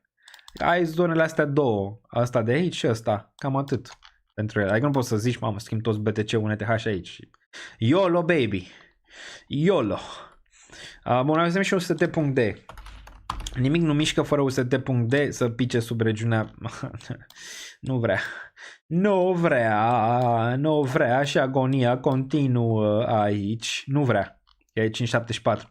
Asta era momentul nostru aici în septembrie, pe 28 septembrie, asta era momentul, 5-2. Dacă spărgeam regiunea asta, vedeam altcoins, vedeam toate cele. N-a fost, a fost apărată regiunea asta cu dinții aici de UST.D și pare că pe termen scurt va rula din nou 5.84 până în regiunea de 5.89, probabil mâine. Probabil mâine, noaptea asta, probabil va rula din nou regiunea asta și vedem, sperăm din nou rejectare de aici la UST.D, similar cum ai văzut aici, similar cum ai văzut aici. Sau aici, pentru UST.D. Și vrem asta de la UST.D și asta ar fi triggerul masiv pentru piață, vrei să vezi asta, bam, sparge aceste regiuni și vorbim. All-time high Bitcoin, altcoin season, că de-aia și scrie în titlu, aia de mai știu, vedem câte like-uri s-au dat și toate cele. Scrie săptămâna asta se decide ce trebuie să se întâmple. Păi, trebuie să se întâmple asta, ok? Până când UST.D, poți să uiți doar la indicatorul ăsta dacă vrei, până când UST.D nu pică sub 5.24, nu putem spera la absolut nimic, ok? La absolut nimic. Pică sub 5.24, șanse mari de altcoin season, all-time high, tot ce-ți poftește inimioara. Tot. Bun, dacă vă place acest tip de conținut aici, aveți butonul de like pe care îl găsiți aici. Bum, ia uite, s-a apăsat. Nu știu câte sunt, poate dăm un refresh să vedem câte s-au strâns aici. Găsiți butonul de like aici, ok? Frumos. Aveți toate linkurile de care aveți nevoie în descriere. Nu uitați că avem un sponsor pe canal aici, cei de la XFI, Exchange de cripto românesc de versiunea 3. Foarte, foarte important. Aveți linkul jos, puteți testa platforma, ok? Un exchange de cripto care încearcă să facă ceva pentru spațiul ăsta din România, dar și pentru extern. Aveți desigur și danieliță.ro shop. O să avem și un nou hanorac cu more data, mai ales înainte de FOMC o să-l avem. Zice mereu Jerome Powell more data. Asta probabil va veni într-o săptămână, ceva de genul ăsta.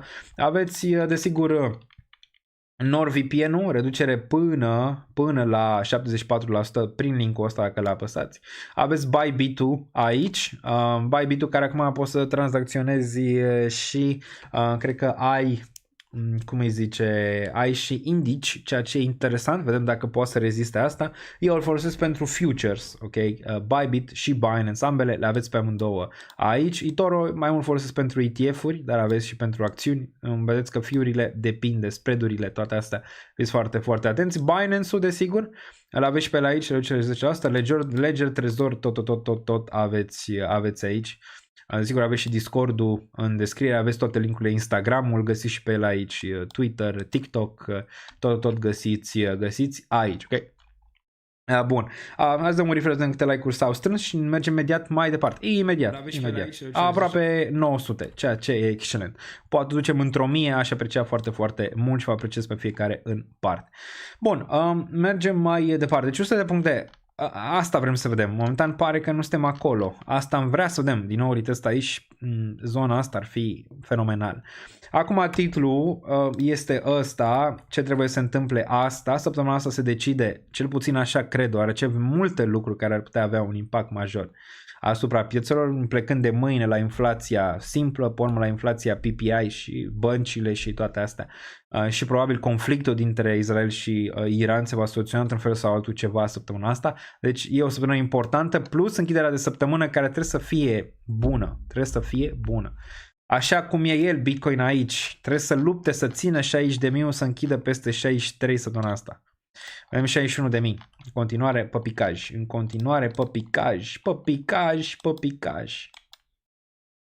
aici. Bun, dacă prindeam și shortul ăla, era excelent de aici. Dacă prindeam și shortul ăsta de aici, a fost excelent.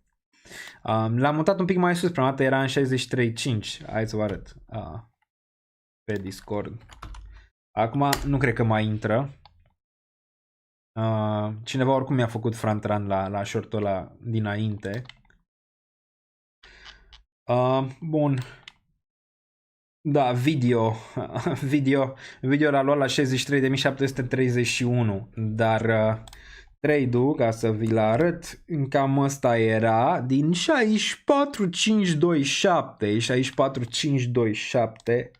și a testat, dacă ne uităm aici, încă e alerta acolo. A testat 64.446, destul de aproape aici pentru trade. La câțiva cenți cineva a făcut front run pentru trade-ul ăsta, ar fi fost un trade destul de bun aici, care în sfârșit ar fi adus ceva. N-a intrat, e ok, o să intre altele. Ajungem și la SUI imediat, care undeva la 1,9, aici era o tentativă de tranzacționare și pe el, poate mâine. Mâine o să mai adaug niște trade-uri, clar. Bun, îmi caută longuri de pe acum. N-aș zice, dacă știi cum tranzacționezi, n-aș căuta longuri în secțiunea asta de piață care este în cădere. Bun, la 57 de K ne ducem, acolo facem bounce, zice Cristina Dafinescu. 56-57 ar fi o zonă de suport, dar înainte ai 59-4, nu știu, ai sărit un pic peste. Bun, acum câteva live-uri când am zis că ne ducem jos și le spuneam să vândă, ziceau că sunt cu capul, că zice Cristina aici. În teorii, știi, probabilități sunt pentru orice. Nu asta neapărat e atât de relevant, dar vedem cum se desfășoară mâine. Încă ai putea să greșești. Depinde foarte mult de desfășurarea zilei de mâine și poi mâine pentru piețe. Bun. Da, nu ține nimeni să aibă dreptate sau nu. Cristina, nu știu dacă te-ai prins. E vorba de procentaj și probabilități și cum acționezi de fapt pe chestiile astea, mai mult decât cine are dreptate și cine nu are dreptate, că nu ne batem în cine are dreptate și cine nu are. Cu toate că, desigur, ai vrea ca în majoritatea cazurilor să ai dreptate, dar nu poți. Bitcoin sub 61.000, îl vedem cum pică. Ne uităm la el și ne punem întrebări despre viață. Aici, nici preoții nu mai sunt ce au fost. Cred că trebuie să aducem vreo 10 ca să putem să scoatem Bitcoin din groapa în care e. Cu toate că el nu e neapărat în groapă. Problema e cu altcoin-urile, că am mai vorbit și imediat facem tranziția și la ele. Dar da, 67-64 aș putea să înțeleg aici pentru BTC. Aș putea 65, aș putea să înțeleg nivelul ăsta pentru BTC. Aici rejectare aici. Suport în range-ul ăsta. Ce n-aș putea să înțeleg ar fi din nou retest pe regiunea asta de jos. N-ar fi prea bine. Dar acum ai un range destul de clar. Ca să fii bullish trebuie să vezi 62, 3, 7 până nivelul ăsta de aici de 62, 4, 9, 4. Ok. Bun, ai range-ul ăsta destul de clar. Mâine trebuie să-l vedem spart regiunea asta de aici pentru BTC. Acum ce aș tranzacționa aici? Long sau short? Aș tranzacționa short, desigur. Dacă știți teoria, din nivelurile astea. Dar vedem mâine ce se întâmplă. 4 ore vine la suport. Nu cred că n-aș tranzacționa neapărat Bitcoin aici. Ăla era trade-ul. Aici pentru BTC, aici vreau să văd ce se întâmplă. Acum dacă BTC pierde nivelul ăsta, probabil din nou o să tranzacționez short odată ce retestează nivelul ăsta de aici. Dar vreau să văd că îl pierde. Aici nu vreau să shortez, adică n-aș shorta nivelul ăsta, cum am zis că nu shortez nici nivelul ăsta de aici, că asta e nivelul de suport. Aici da, că ziceam cuiva pe live, dacă vrei să shortezi, era 64, 65, regiunile astea de aici erau de shortat pentru BTC. Îți cade netul. Cade netul, da, așa pare. Îl așteptăm un pic aici. Așteptăm un pic să vedem dacă și revine. Dacă nu și revine, am pus-o. Ziceți voi când își revine. Dacă își revine. Pare că totul suntem live, dar pare că mai pică un pic. Ceva interferențe. Folosește o cameră de filmat nouă. Da, ai dreptate. Cum se vede? Se vede s-a întrerupt sau?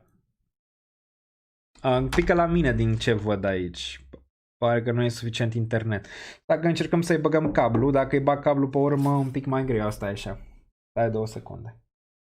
2 secunde că încercăm aici o magie. Asta. Nu a avut problem până acum. E asta. Stai întâi să mai închidem de aici. Din tabur. Poate își revine. Dacă nu își revine, atunci o facem.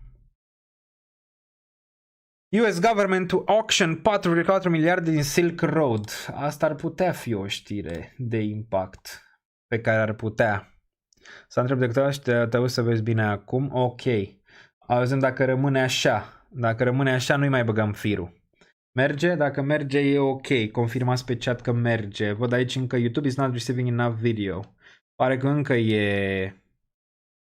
Da, buba e la mine, știu, mă uit aici, pare că și-a revenit, da. Pare că și-a revenit, a fost o interferență în sistem, pare că și-a revenit. Pare bine acum. Te vezi bine, ești cel mai gigel, zice Ficone aici, la mine merge perfect, merge, un semn că o să pice BTC-ul. Da, am văzut aici o știre, hai să ne întoarcem un pic, totuși, dacă și-a revenit, dacă e mai aici pe chat, dacă... Să întreb de câte ori mai devreme dacă e perfect. Da, am văzut, pierdea frame-uri. Pierdeam frame-uri. Bun, US government charges 18 people, companies for widespread cryptocurrency fraud and market manipulation. Ok. Deci, guvernul SUA cumva vrea să bage 18 persoane și companii din cripto la pârnaie. Dar care sunt alea? Pare că de asta... Pare că de asta se întâmplă ce se întâmplă, este? Dar cine sunt persoanele alea? Aia e întrebarea. De baraj. Da, bun. Da, pare că asta ar fi ceva aici, dar nu știm care sunt persoanele alea. Altceva nu vedem în mare parte. Stai că mai mă uit să văd. Imediat, mai mă uit să văd dacă e.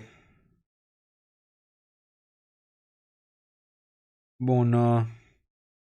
Dalvos L, te rog, dacă vrei să-mi iei. Nu mai port M de mult. Nu mai port M de mult. L. Bun, nu văd nimic altceva în afară de acele... Dar care sunt acele persoane? Asta e întrebarea. Care sunt persoanele alea? Stai așa, bă, că a postat Zac aici ceva.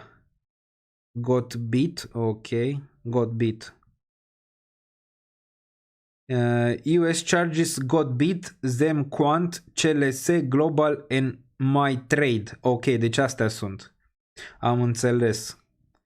Da, nu ar trebui să fie un impact atât de mare. Imediat.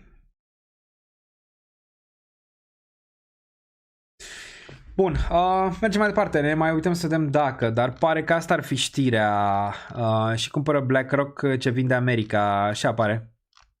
Te-a lucrat Satoshi un pic, un semn că o să pice BTC-ul, zice cineva aici, așa pare. Pare că și-a revenit stream-ul, deci continuăm că mai avem ceva analize aici, măcar vreo jumătate de oră, cam așa. Deci la Bitcoin cred că s-a înțeles, STH s-a înțeles, UT.D s-a înțeles, zice, ne-am uitat pe calendarul economic, am vorbit și despre China, mai ținem ochii și acolo să vedem ce se întâmplă. Au regis despre Peter Todd, am văzut și ceva probleme, da, Godbit și toate alea. Pare că asta ar fi chestia pentru care așa de rău pică Bitcoin aici.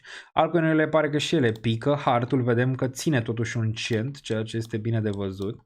Că ține nivelul ăsta e foarte important.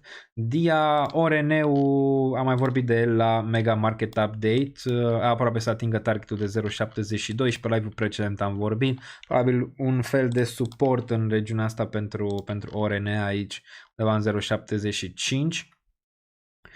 Tadao pică și el după ce a încercat un pump aici. Apropo de Tada, am văzut că au făcut multe chestii pozitive, puteți intra la ei pe Twitter, dezvoltă și încă țin peste nivelul de 2 cenți și un pic, cred că unde a fost listarea din Launchpad, ceea ce forță față de poate alte proiecte de pe Multiverse 6. A avut o reacție mult prea agresivă la început, asta a fost problema pentru Tada, pe care nu puteau să o susțină în vedere inflația majoră a tokenului.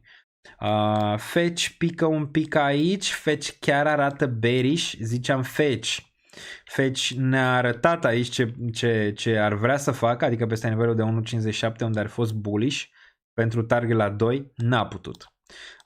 Dacă închide așa săptămâna, target 1.17.092.077 înapoi în bottom și ar încerca aici un dublu subsol. Ok, pentru Fetch. Nu place, sunt bearish, probabil măcar target 1-2 aici pentru el. Ne uităm și la super chat-uri imediat dacă aveți acum, ok? Fie pe X-Portal, fie pe chat. Tia, probabil înapoi la 4.32 aici, o formațiune foarte ciudată. Tia, nu putem vorbi de nimic bullish până când nu reia zona de 6-2. Aici pentru Tia. Pare că din nou vrea zona asta de corecție. Dacă săptămâna asta închide așa, nu e prea excelent pentru Tia, pentru nimic din piață, ok?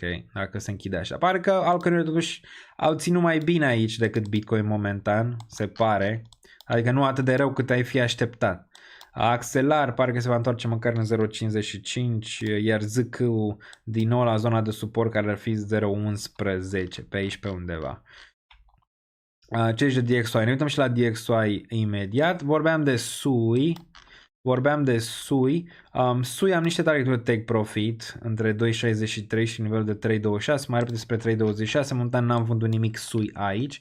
Pare un pic topi, posibil ceva ce aș putea tranzacționa mâine ar putea fi SUI, poate spre nivelurile de 1.7, vedem la 4 ore, 4 deja ți-a niște trade-uri aici, ar mai putea fi, da, nivelurile astea de 1.7 ar mai putea fi relevant aici, posibil mâine 1.69, 1.7 aici pentru SUI, da, bearish plus cross pe MACD, bearish. Acum am știut foarte bine zonele de entry pe ăsta, le-am discutat și data trecută. Acum nu e sfat financiar, doar ce m-ar interesa pe mine. Ar fi în prima fază 38.2 desigur, care în general este atins. Asta ar fi regiunea de 1.51. Apoi ai mai avea 0.5 care vine în 1.3.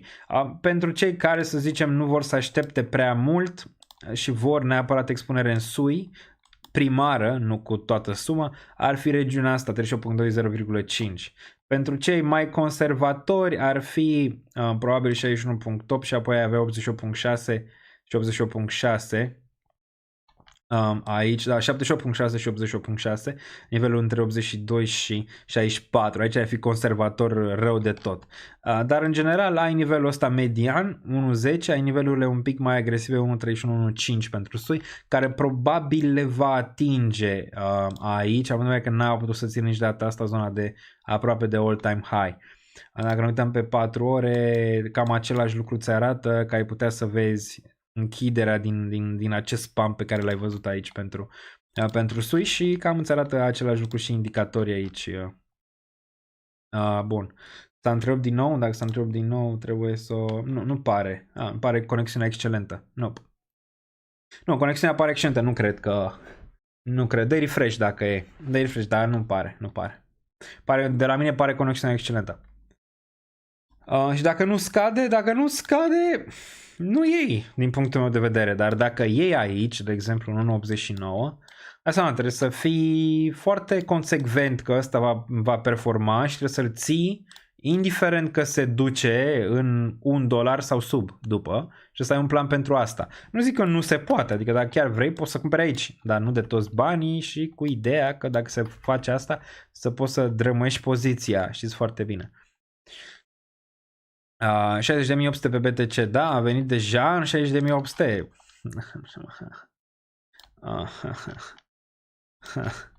Ne ținem răsuflare aici pentru BTC. A venit direct în regiunea asta, niciun bounce, nimic, adică zici că e mort.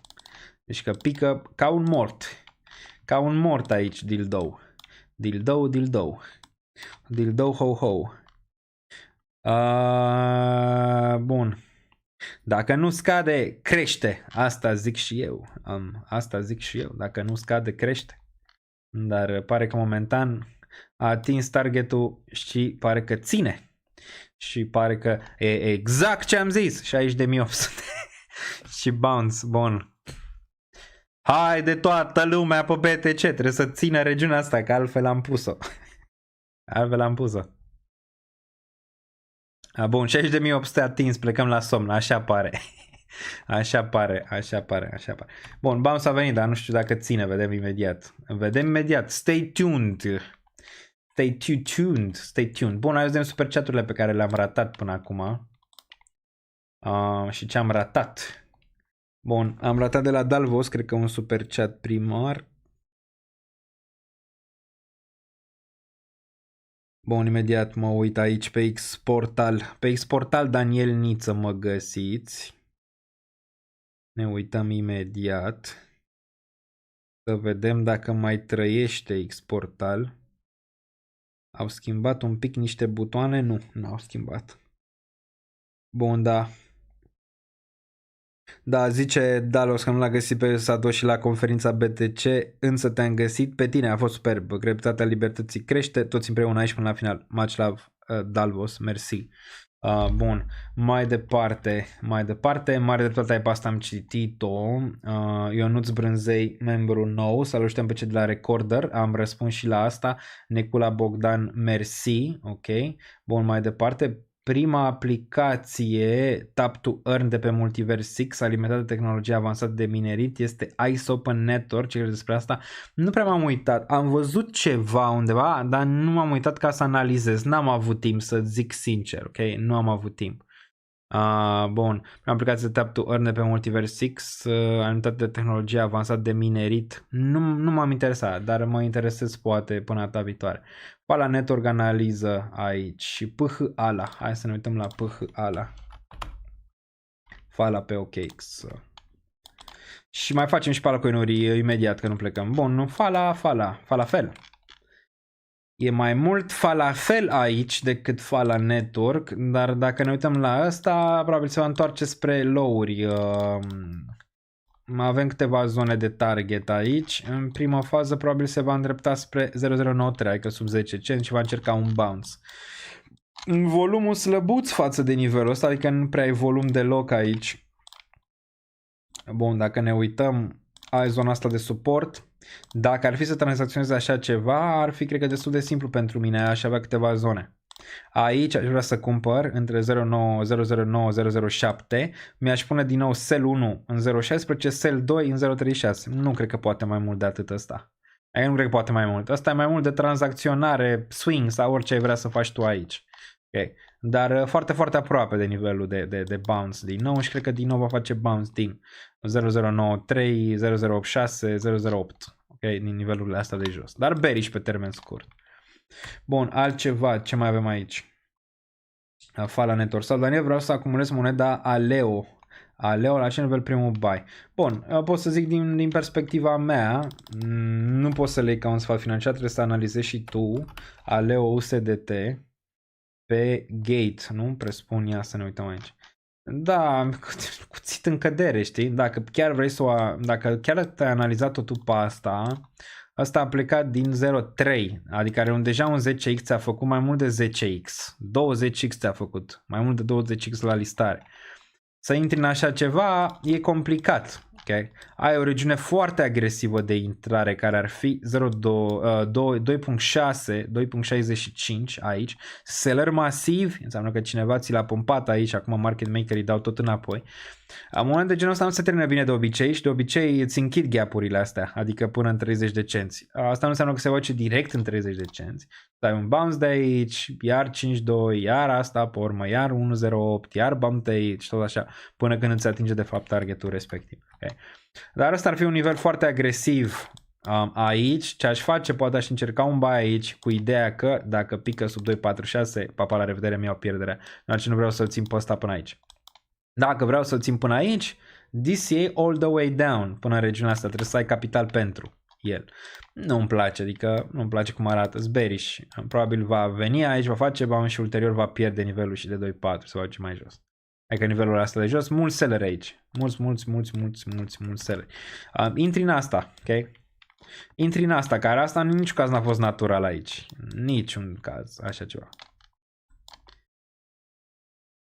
Bun, mai departe. Piața trebuie să scadă agresiv de acum înainte. Am citit-o pe asta. Abia de ce scade, că iar sunt știri negative. Lovește tornado Hurricane Florida. Am vorbit și despre asta. Prețurile la imobiliare în România sunt peste media multor țări din Europa, fiind mai mari decât în Spania, Italia sau Grecia. Unde? Vorbim de capitală. Tu compari Granada, estul Granadei din Scorbură, unde ai văzut în poze că, domnule, e 120.000. Da, dar ajungi acolo și ești în mijlocul la nimic. Ok? Că vrei să-ți iei o casă de vacanță, e altceva. Compară capitala București cu capitala Varșovia. Compară capitala București cu capitala Madrid. Compară capitala, nu știu, București cu orice altă capitală, ca cu Praga. Compară-le pe astea, adică tu compari mere cu pere. Compari un oraș din Granada, trebuie să compari Craiova cu orașul ăla din Granada sau din Spania, care e Granada sau Valencia, din suburbii sau alte chestii. Tu compari lucruri diferite, ok? Compară capitalele. Eu mă referam la capitală. Compare capitalele să vezi diferențele de preț. Poți să vezi pe date, nu trebuie să mă crezi pe mine. Compară Mamaia cu Dubai. Da, nu știu. Da, Mamaia e overpriced, adică nu mi-aș lua Mamaia, de exemplu. Adică Mamaia overpriced, să construiește Alandala, prostește, nu-mi place Mamaia, adică nu-mi place. Mă aș lua altceva, din alte stațiuni, nu vreau să vi le zic care, dar puteți să vă uitați și voi ce e pe creștere, mai ales pe tineret. Nu e Mamaia, vă zic. Sunt altele care vin puternic. Poți să vezi unde a avut ultimul loc, ultimul festival. Acolo poate ai vrea ceva, nu în Mamaia. Bun. Mamaia are toate șansele să pice în Mamaia. Adică dacă te uiți la Mamaia, da. Da, acolo ai toate șansele să ai un top pe imobiliare. Depinde ce zonă compari. Dacă te referi la toată România, nu. Dacă te referi la București, nu. Adică compară prețurile. Bun. Acum am 2 pachete de gumă, zice cineva. Am pus un trade de un pachet de gumă așa la 60.900, ca ai zis tu și chiar eram curios. Acum am 2 pachete de gumă. Da, SPA nu se mai oprește. Luați la nord, zice cineva. Compară Barcelona cu Tecuci. Da, adică ce compar, știi? Adică compar mere cu pere, sincer. Bun. Că aud ei, domnule, că prețurile din Spania sunt... Îmi iau ceva în Spania. Da, ia-ți dacă vrei să te duci acolo, să plătești taxe acolo, să stai acolo, să trăiești acolo, ia-ți acolo. Adică ia-ți acolo, ia-ți în Spania. Bun, salutare cu puțină întârziere. Astăzi te iertăm, Pecarov, te iertăm. Bun.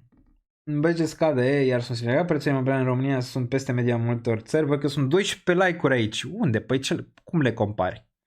Cum le compari? Cum să fie mai mare în România decât în Spania, Italia și Grecia? Bă, unde? Într-o localitate din Grecia, într-o localitate din Spania, poate din Italia, poate. Depinde ce compari, ca metri pătrași și alte chestii.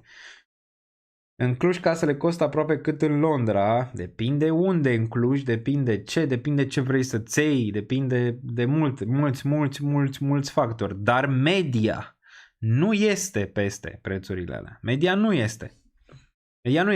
Adică, uite, compară cu Polonia, Varșovia cu București. În București găsești la 100 și un pic de mii, 120.000, 130.000, găsești ceva, bă, ok, cu 2 camere, ok, să zicem, la 130.000.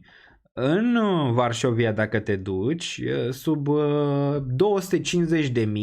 nu pupi. Adică nu pupi ceva acolo, nu pupi.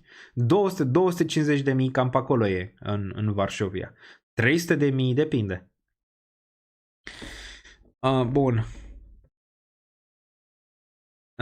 În Barcelona se fac marocani.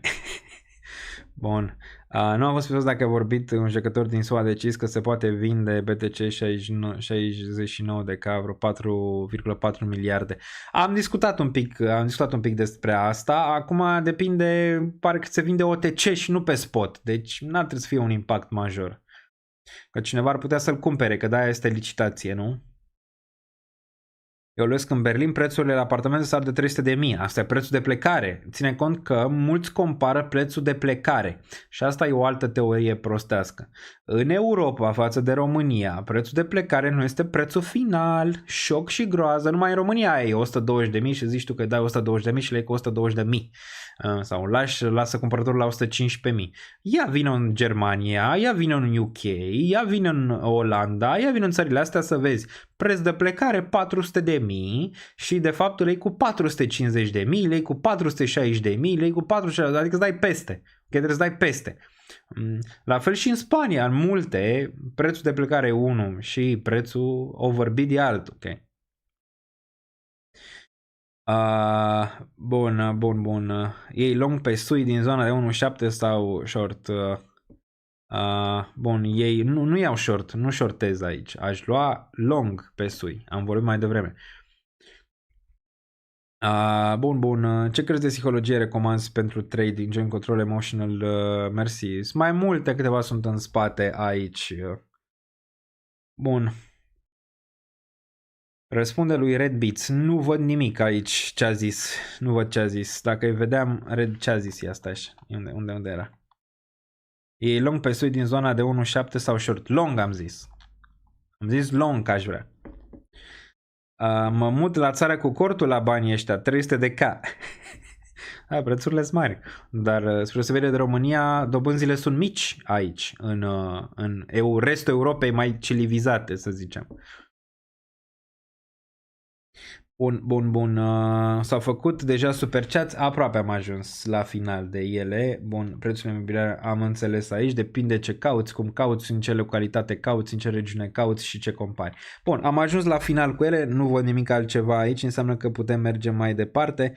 US Securities and Exchange zice WeCharge, Minaro, Inc, Bobby, Shumake, Japilia, Julius, nu știu cine, bla bla bla, Pump and Dump Scheme. Hai să ne uităm ce a zis Gary. Ce a zis Gary? Ce a zis Gary?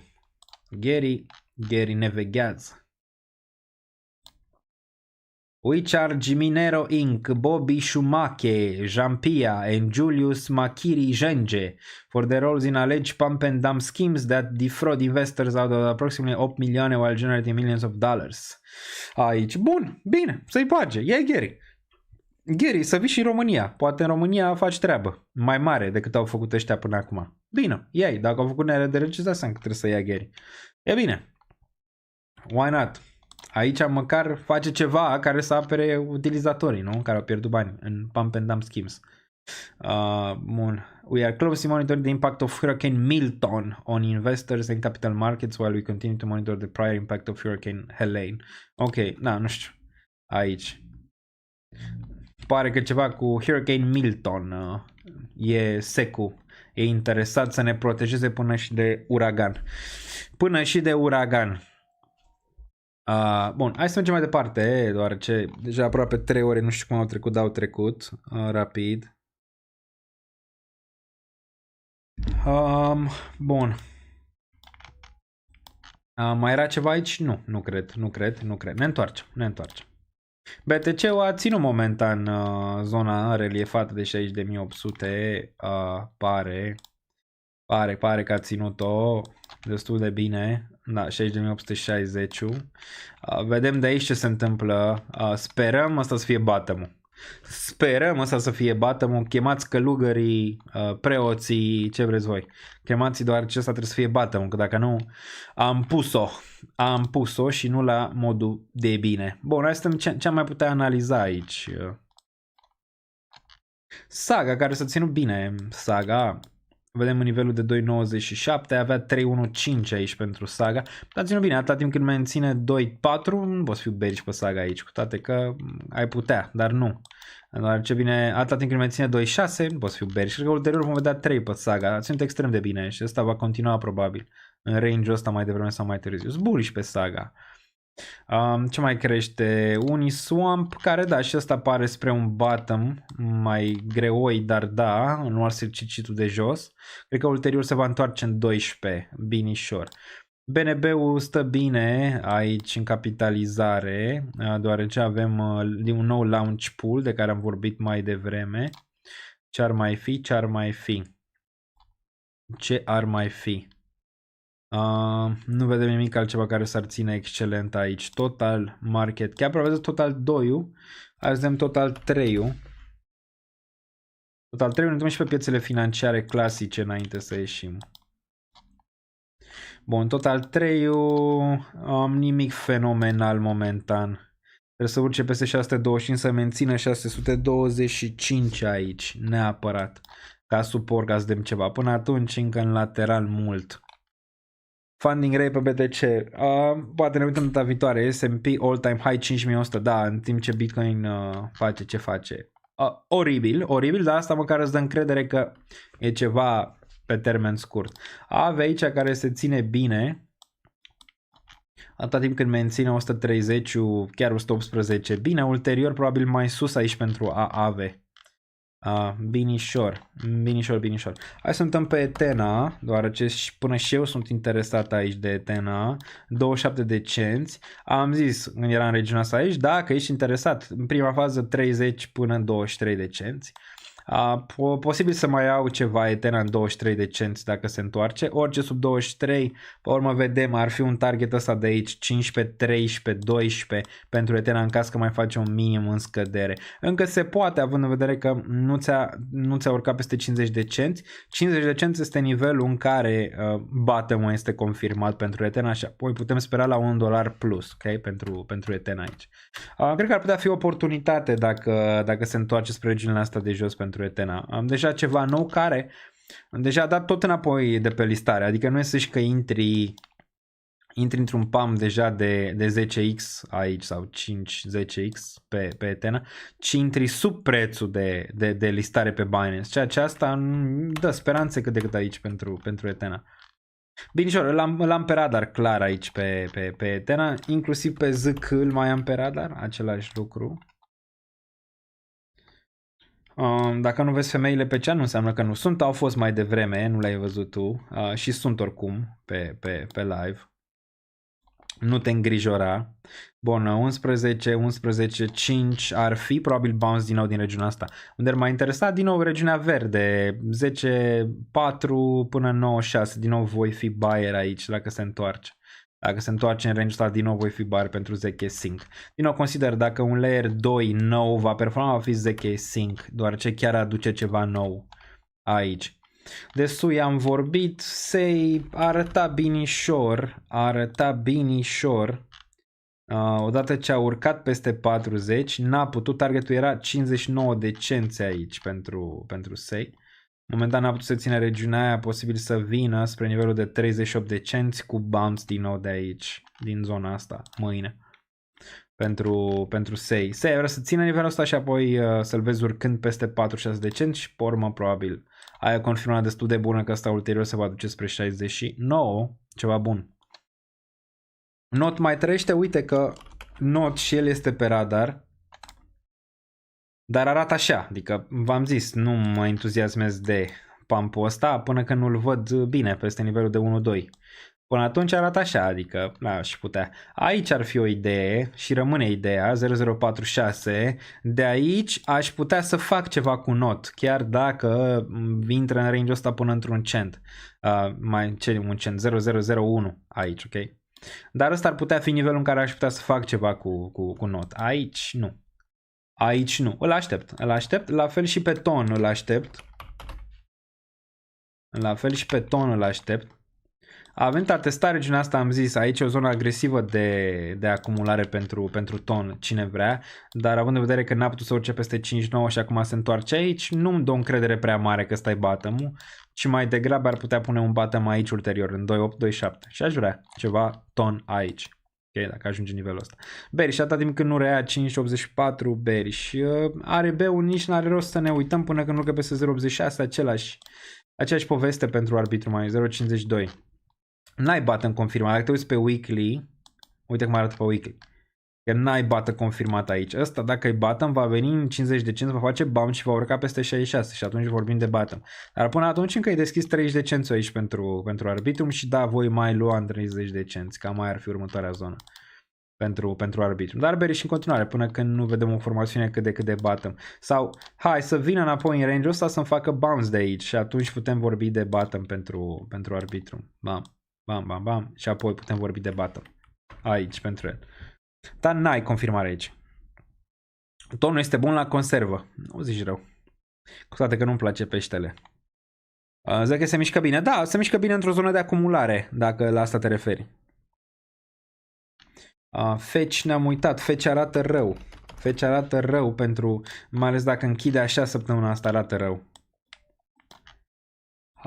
Asta trebuie să o țină ca suport. Acum oarecare rezistență. 1.54. Nivel foarte important aici. Odată ce ți-a picat nivelul ăsta, nu prea mai ai nimic până măcar în 1.12 aici pentru fetch. Dacă închide așa, groasnic. Dacă vine și închide aproape de 1.49, îi dăm o șansă aici la fetch. Dacă face bounce de aici, se duce înapoi în range-ul ăsta până la final de săptămână, putem vorbi de redresare, dar după cum arată momentan, nu e ce vrei să vezi. Nu e ce vrei să vezi aici. Nu vrei să vezi continuare aici pe weekly. Adică după ce ai avut o candelă bearish, să vezi continuarea și închiderea spre week-ul ăsta de aici, unde ai recuperat și aici dai tot înapoi. Asta din nou deschide poarta pentru din nou regiunea asta de jos pentru el. AXL Beam. AXL-ul nu ăsta e graficul final pentru AXL, nu vă speriați, ăsta este. AXL, termen scurt, nivelul de 0.57-0.52 probabil bounce, dacă se întoarce 0.39-0.31 din nou vom mai acumula. Ăsta mi se pare nivelul real bun pentru acumulare, pentru AXL. Nivelul ăsta de jos unde am și acumulat aici pe week-ul ăsta, încă o dată voi mai face asta 38-31 și posibil să intre în portofoliu de bază dacă vine aici să întoarce nivelul ăsta. Beam, ce n-ai vrut să vezi pe Beam? Era foarte, foarte frumos să facă același lucru cum a făcut Sui, nu? Că despre asta vorbeam pe Beam și pe multe altcoinuri. Dacă ne uităm la Beam aici, imediat, ai fi vrut ca EMA-urile astea să-ți fie asta candela pe care ai văzut-o pe Sui înainte să se întoarcă în regiunea de sus. N-ai făcut-o. La fel și pe Fetch, același lucru. Ai avut sell, aici ai fi vrut candela asta să se întoarcă spre nivelul de 1.0019. Nope. Nu a făcut asta, deschide poarta la nivelul din nou de 1 cent. 1 cent 2, 1 cent 1, nivelul ăsta de aici. Unde mă interesează în continuare? Păi, desigur, sub 1 cent ar fi între 0.08 și 0.04. Cam pe acolo, pe undeva. Pentru Beam. Arată rău. De ce arată rău? Pentru că asta se numește fake out aici. Asta nu vrei să vezi pe niciun altcoin niciodată. Nu vrei să vezi că oricare peste 9.21, nici pe Bitcoin, pe nimic. Și apoi fake out. Deoarece astea de obicei, asta cu închiderea de candelă așa, cum o vezi aici, asta de obicei duce la un minim în scădere sub regiunea asta. Ok? Zic probabilitatea. APT s-a ținut bine. APT s-a ținut bine și se ține bine în continuare, pare. Dacă ne uităm la Aptos. Da, uite, asta vrei să vezi. Asta vrei să vezi. Ok? Asta vrei să vezi. Diferență majoră între Aptos, Fetch, Beam. Majoră, dacă te uiți pe weekly. Asta vrei să vezi, ok? Vrei să vezi urcare peste 9.21. Suport. Bullish ăsta. Contrar pieței, bullish. Ăsta probabil se va transforma pe nivelurile superioare. Bullish. Am cu toate că pe termen scurt posibil să adresezi de 8.1, 8.2 aici. Dar asta vrei să vezi, ok? De la orice altcoin. Vrei să vezi ce a făcut Aptos, vrei să vezi ce a făcut Beam. Sui. Bun, mai e cineva? Skibidi. Skibidi e ăla de pe...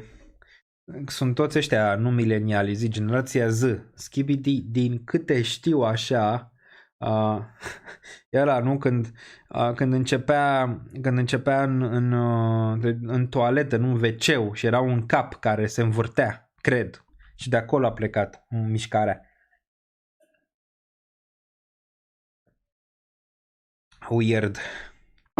Weird. Sui, ne-am uitat mai devreme, te uiți la reluare, nu-l mai repetăm. Aevo nu face absolut nimic decât să întoarcă spre bottom. AEVO. La fel, e gol, nici n-are rost să ne uităm până când urcă peste 32. Din nou, sub 30, 20-30 ar putea fi relevant aici. 20-30, am zis-o pe AEVO. 20-30 ar putea fi zona pentru AEVO. Poate chiar și zona asta de aici, dar trebuie să țină 28-29. De ce open interest-ul crește pe BTC, dar prețul scade? Păi nu e bine dacă open interest-ul crește și prețul scade, deoarece înseamnă că este interes pe scădere. Nu e bine. No good. No good, no good. E gold, da, na, păi ce să facem pe gold? Până când urcă peste 32 n-are rost. Ne facem rău singuri aici pe gold până când urcă peste 32 în același range. La fel și Polkadot, la fel și Cardano, la fel și toate celelalte. Bun, da, avem nivelul de 24 de dolari în cap, probabil. Alex, mersi pentru super chat. Primul tău super chat, mersi. Dacă nu poate să ajungă la 500 în bull run, improbabil. Maxim 2, a zice. Maxim 2. Maxim 2, a zice între 1,5 și 2 ar putea. ARB ne-am uitat mai devreme. Dimu nu atât de bine ca Saga. Uite, Saga mult mai bine. 1.42 pe Dimension. Ai fi vrut ca Dimu să fie peste nivelul ăsta. Acum pare că se întoarce pentru quadruplu subsol aici sau ceva. În nivelul de 1.2. După cum arată alturile, nu știu, Bitcoin pare că va avea volatilitate în noaptea asta. Pare că va fi o noapte lungă. Uite, momentan ține 61.144. Vedem. Tia ne-am uitat. Tia m-ar mai interesa sub 3.5. Ăla ar fi nivelul. Momentan vedem dacă ține 4.4. 4.4 ar fi. Cristian Cardu s-a întors cu un 50 de ani membership. Loviți chat-ul pentru a avea șanse de a primi membru. Loviți-l aici. Mulțumim, Cristian, apreciez. Am trecut de 3 ore pe acest live. Bun, văd aici că a luat Florin, s-a dat pachet, corect, Ionuț a luat, ăsta este de bull market. Marius Berchez, Florin Adrian, Daniel Pop, Radu Mihai avea deja XT, bun, Alex a luat. Bun, nu mai văd. Jesus is King a luat. Ionuț Crăciun. Bun, Adrian. Bun, mulțumim pentru cele 50 și mulțumim și lui Cristian pe chat. Aveți linkurile din nou, vă reamintesc în descriere. În descriere aici, în descriere. Toate. Tot. Tot ce aveți nevoie, linkurile oficiale. Altceva, dacă vă bagă altcineva în seamă, nu sunt eu. Bun. Let's go, baby. Rămăsesem la Tia. Probabil 4-3 și bounce. Teta se ține binișor în continuare. Probabil 1-2 și bounce. Cam asta ar fi ideea. Aici. Altceva nici nu cred că are rost să ne mai uităm la alte chestii. UST.de, un urcare spre target. Cam atât. Ai și pe bursă și ieșim. Pe bursă și am ieșit. Doar ce a ieșit târziu și în România. Aproape 11 noaptea, naiba. Bun. PLTR-ul. Aș fi vrut să am mai mult. De ce să vă mint? Dar sunt fericit și cu ce am. E bine că am. PLTR-ul bine. Acum targetul pe PLTR de all-time high. În prima fază 55 până în 68. Cam asta ar fi regiunile astea pentru PLTR. Un pullback sănătos dacă ar veni în 26 ar și mai cumpăra cu 2 mâini. Dar nu știu dacă îl mai vedem momentan. UiPath-ul și el frumos aici pare că urcă, să-l vedem în 15 ar fi interesant pentru UiPath. Uităm și la bonds imediat. Nasdaq cu 0.84 dă un pic înapoi la final de program. Așa pare. Vreți să ne uităm aici la închidere? Se închide în câteva minute. În 4 minute și cred că, da, hai așa, nu? Sau nu, într-o oră. Pare că într-o oră, la 11 se închide? Nu știu că se închide la 10. Ciudat. S&P-ul... nu. E bine. În 13 minute se închide. Pare, 13-27. Da, ar trebui să închidă. Ar trebui să se închidă la 10 ora Olandei, din câte țin eu bine minte. Și poate închidem cu asta. Ce mai e pe aici? DXY, da, DXY a spulberat regiunea de 102, era la rezistență aici, 102.5. Pare că mai are de urcat, 136 ar fi următorul target aici pentru DXY. O reacție bună din acest bottom, din nou pentru DXY, ceea ce n-ai fi vrut să vezi. Vreau să văd de weekly-ul pentru DXY. Cristian, de ce face că sunteți încă aici? Much love, Cristian. Nu plecăm nicăieri până când nu avem gain-urile corespunzătoare. Bun, pentru zona de bull. Bun, avem 103.4, un target și probabil rejectare, dar reacție bună aici pentru DXY. Poate știe ceva DXY-ul că se întâmplă. Ne uităm și la petrol imediat. Nvidia apare din nou spre all-time high, m-ar mai interesa să vând peste 150. Coinul cât de cât stabil, mai stabil decât BTC aici, minus 0,3.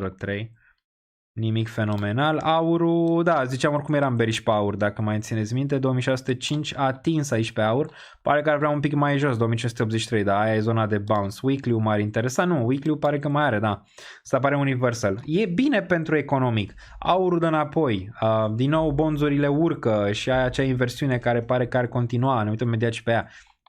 Economia nu este rea, ai inflația în cădere. Nu era, pare că recesiunea chiar dacă vine e la vreun an distanță măcar, nu e rău, adică ai toate lucrurile pentru ca și cripto la un moment dat să performeze. Ba, dăm un pic înapoi, am vorbit mai devreme ce s-a întâmplat pe bursa chineză, de asta prima dată ai avut acel stimul, apoi pare că nu e atât de mare și ai văzut corecția. VIX-ul încă stă stabil, încă bine pentru piețe și cam atât. Ăsta e Evergrande-ul care nu uită. Uite, CSI 100. Am la CSI 100 aici pe China. Cam asta ai avut pump-ul ăsta major aici și apoi ai avut o săptămână, că au avut ei, nu știu, o săptămână bursa închisă și apoi s-a întâmplat asta. Da, vrem aici să facă claritate guvernul chinez și să continue pump-ul aici, ar fi extraordinar. Bun.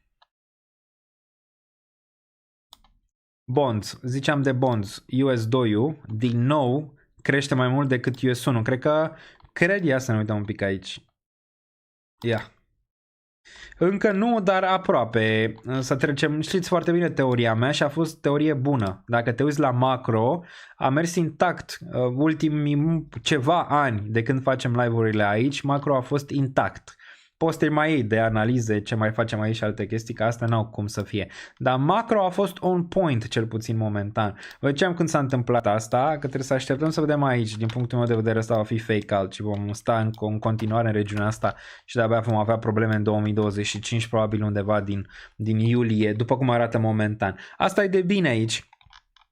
E de bine să zicem pentru măcar termen median, pe termen lung nu e de bine, asta este clar, cu TLT-ul care vrem să din nou să vină spre regiunea asta de jos și aici ne putem face probleme de recesiune, odată ce ăsta vine spre un dublu subsol în regiunea asta de jos, de aici pentru TLT, ok. Dar da, din nou 4% pentru ambele aici și dacă ne uităm la price action, binișor și asta era teoria că probabil va face bounce din range-ul ăsta sau un pic mai jos. Acum teoria aici e destul de simplă în ceea ce privește bonds. Știm foarte bine, maxim în scădere și încă un maxim în scădere aproximez undeva în range-ul ăsta. Și ai putea vedea asta. Okay? Și asta ar putea duce cu recesiunea august, septembrie, octombrie, noiembrie 2024. Cam asta și aproxima. Dar când spargem 3.3, probabil recesiunea va intra în full force aici. Țineți pe radar nivelul ăsta, 3.36 pentru US 10. Pentru US 2, ceva similar cel mai probabil vom vedea. Aici, asta era teoria, cu 4.7, odată ce pică 2.82, zone de recesiune, okay? Ce pică nivelul ăsta, adios. Dar ai putea fi la un an distanță minim. Bun, ne notăm și pe petrol imediat, vedem ce mai face Bitcoin între timp aici. Menține, nu menține, momentan pare că menține 61.000. Momentan pare că se joacă un pic cu noi. Commodities. Bun, oil, ziceam că este la zona de rezistență în ceea ce cineva de pe Patreon ieri care are un trade aici pentru petrol și îmi zicea care sunt zonele de take profit. Trade-ul era din 67, zicea care sunt zonele de take profit. I-am zis că cel mai probabil asta ar fi fost prima zonă de take profit, 77-78 și am mai zis că probabil vom vedea bounce de aici din 71 în ceea ce privește petrol. Pare că da. Și acum ar fi teoria că ar putea veni măcar în 75, dar depinde foarte mult dacă se va mai amplifica sau nu conflictul dintre Iran și Israel. Pare că sunt ceva vești aici care ar putea duce din nou prețul în regiunea asta superioară. Dar din nou aici ar fi take profit 1 și apoi take profit 2, 81-83 aici pentru petrol. Binișor pare. Binișor pare pe bounce aici petrolul, mai ales dacă te uiți pe weekly din nivelul ăsta de 67. Era un nivel puternic de suport. NIO mai acumulez numai dacă mai merge mai jos. Momentan NIO a făcut un bounce la fel ca BABA. Și NIO și BABA aș mai vrea. Aș vrea mai mult BABA decât NIO dacă e să ne uităm la acțiuni. Mâine vine și update-ul pe Patreon pe portofoliul de acțiuni și cel mai speculativ de cripto de risc. Avem aici NIO 6.3, ți-a ținut un pic 6.3. Dacă NIO ține nivelul ăsta, probabil vom merge și ăsta-i button, dar momentan încă nu bag mâna în foc. Aș vrea NIO, desigur, nivelul ăsta pentru un buy, dar nu știu dacă mai ajunge acolo neapărat. Bun. Cam atât. Hai să o lăsăm aici astăzi, deoarece este târziu. 60.009 pentru BTC, din nou sub 61.000. Nu arată fine, în timp ce bursa americană, dacă ne uităm la SPX, merge foarte, foarte bine. Merge foarte, foarte bine. Am ratat gongul de închidere. Pare zice că încă nu s-a închis cel mai probabil. Am ratat gongul de închidere aici. Asta este, îl facem data viitoare cel mai probabil. Bine bursa. Închis la all time high. N-ai ce să zici. Bun. Cam atât pentru live-ul de astăzi. Dacă v-a plăcut, aveți butonul de like aici pe care îl puteți face. Desigur avem și sponsor account like SFI, îi găsiți în descriere. Noi ne auzim probabil săptămâna viitoare pe live, dacă nu se întâmplă nimic, gen dacă Bitcoin pică 60.000 și avem instabilitate, probabil săptămâna viitoare, nu știu dacă apucăm live-ul de duminică. Rămâne de văzut, dar pe la de miercurea viitoare îl facem sigur. Până atunci ținem legătura Discord, ținem legătura Twitter, ținem legătura Patreon, toate astea le aveți în descriere, inclusiv Instagram acolo. Bun, cam atât pentru astăzi, ne auzim în următorul. Stay safe, much love!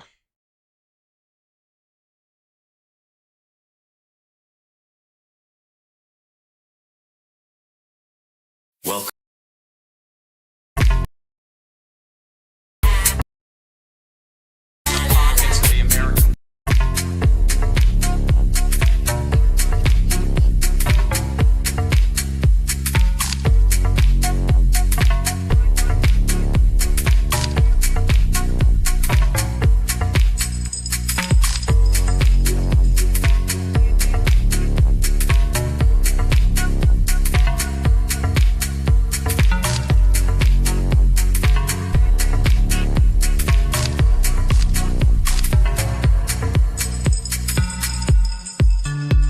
Banii, să nu vă...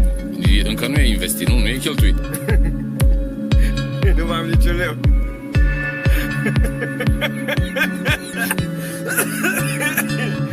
Nu mai am niciun leu.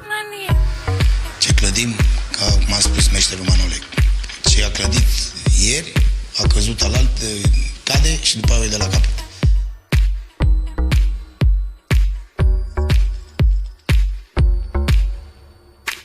Două, trei vorbe, bună seara și...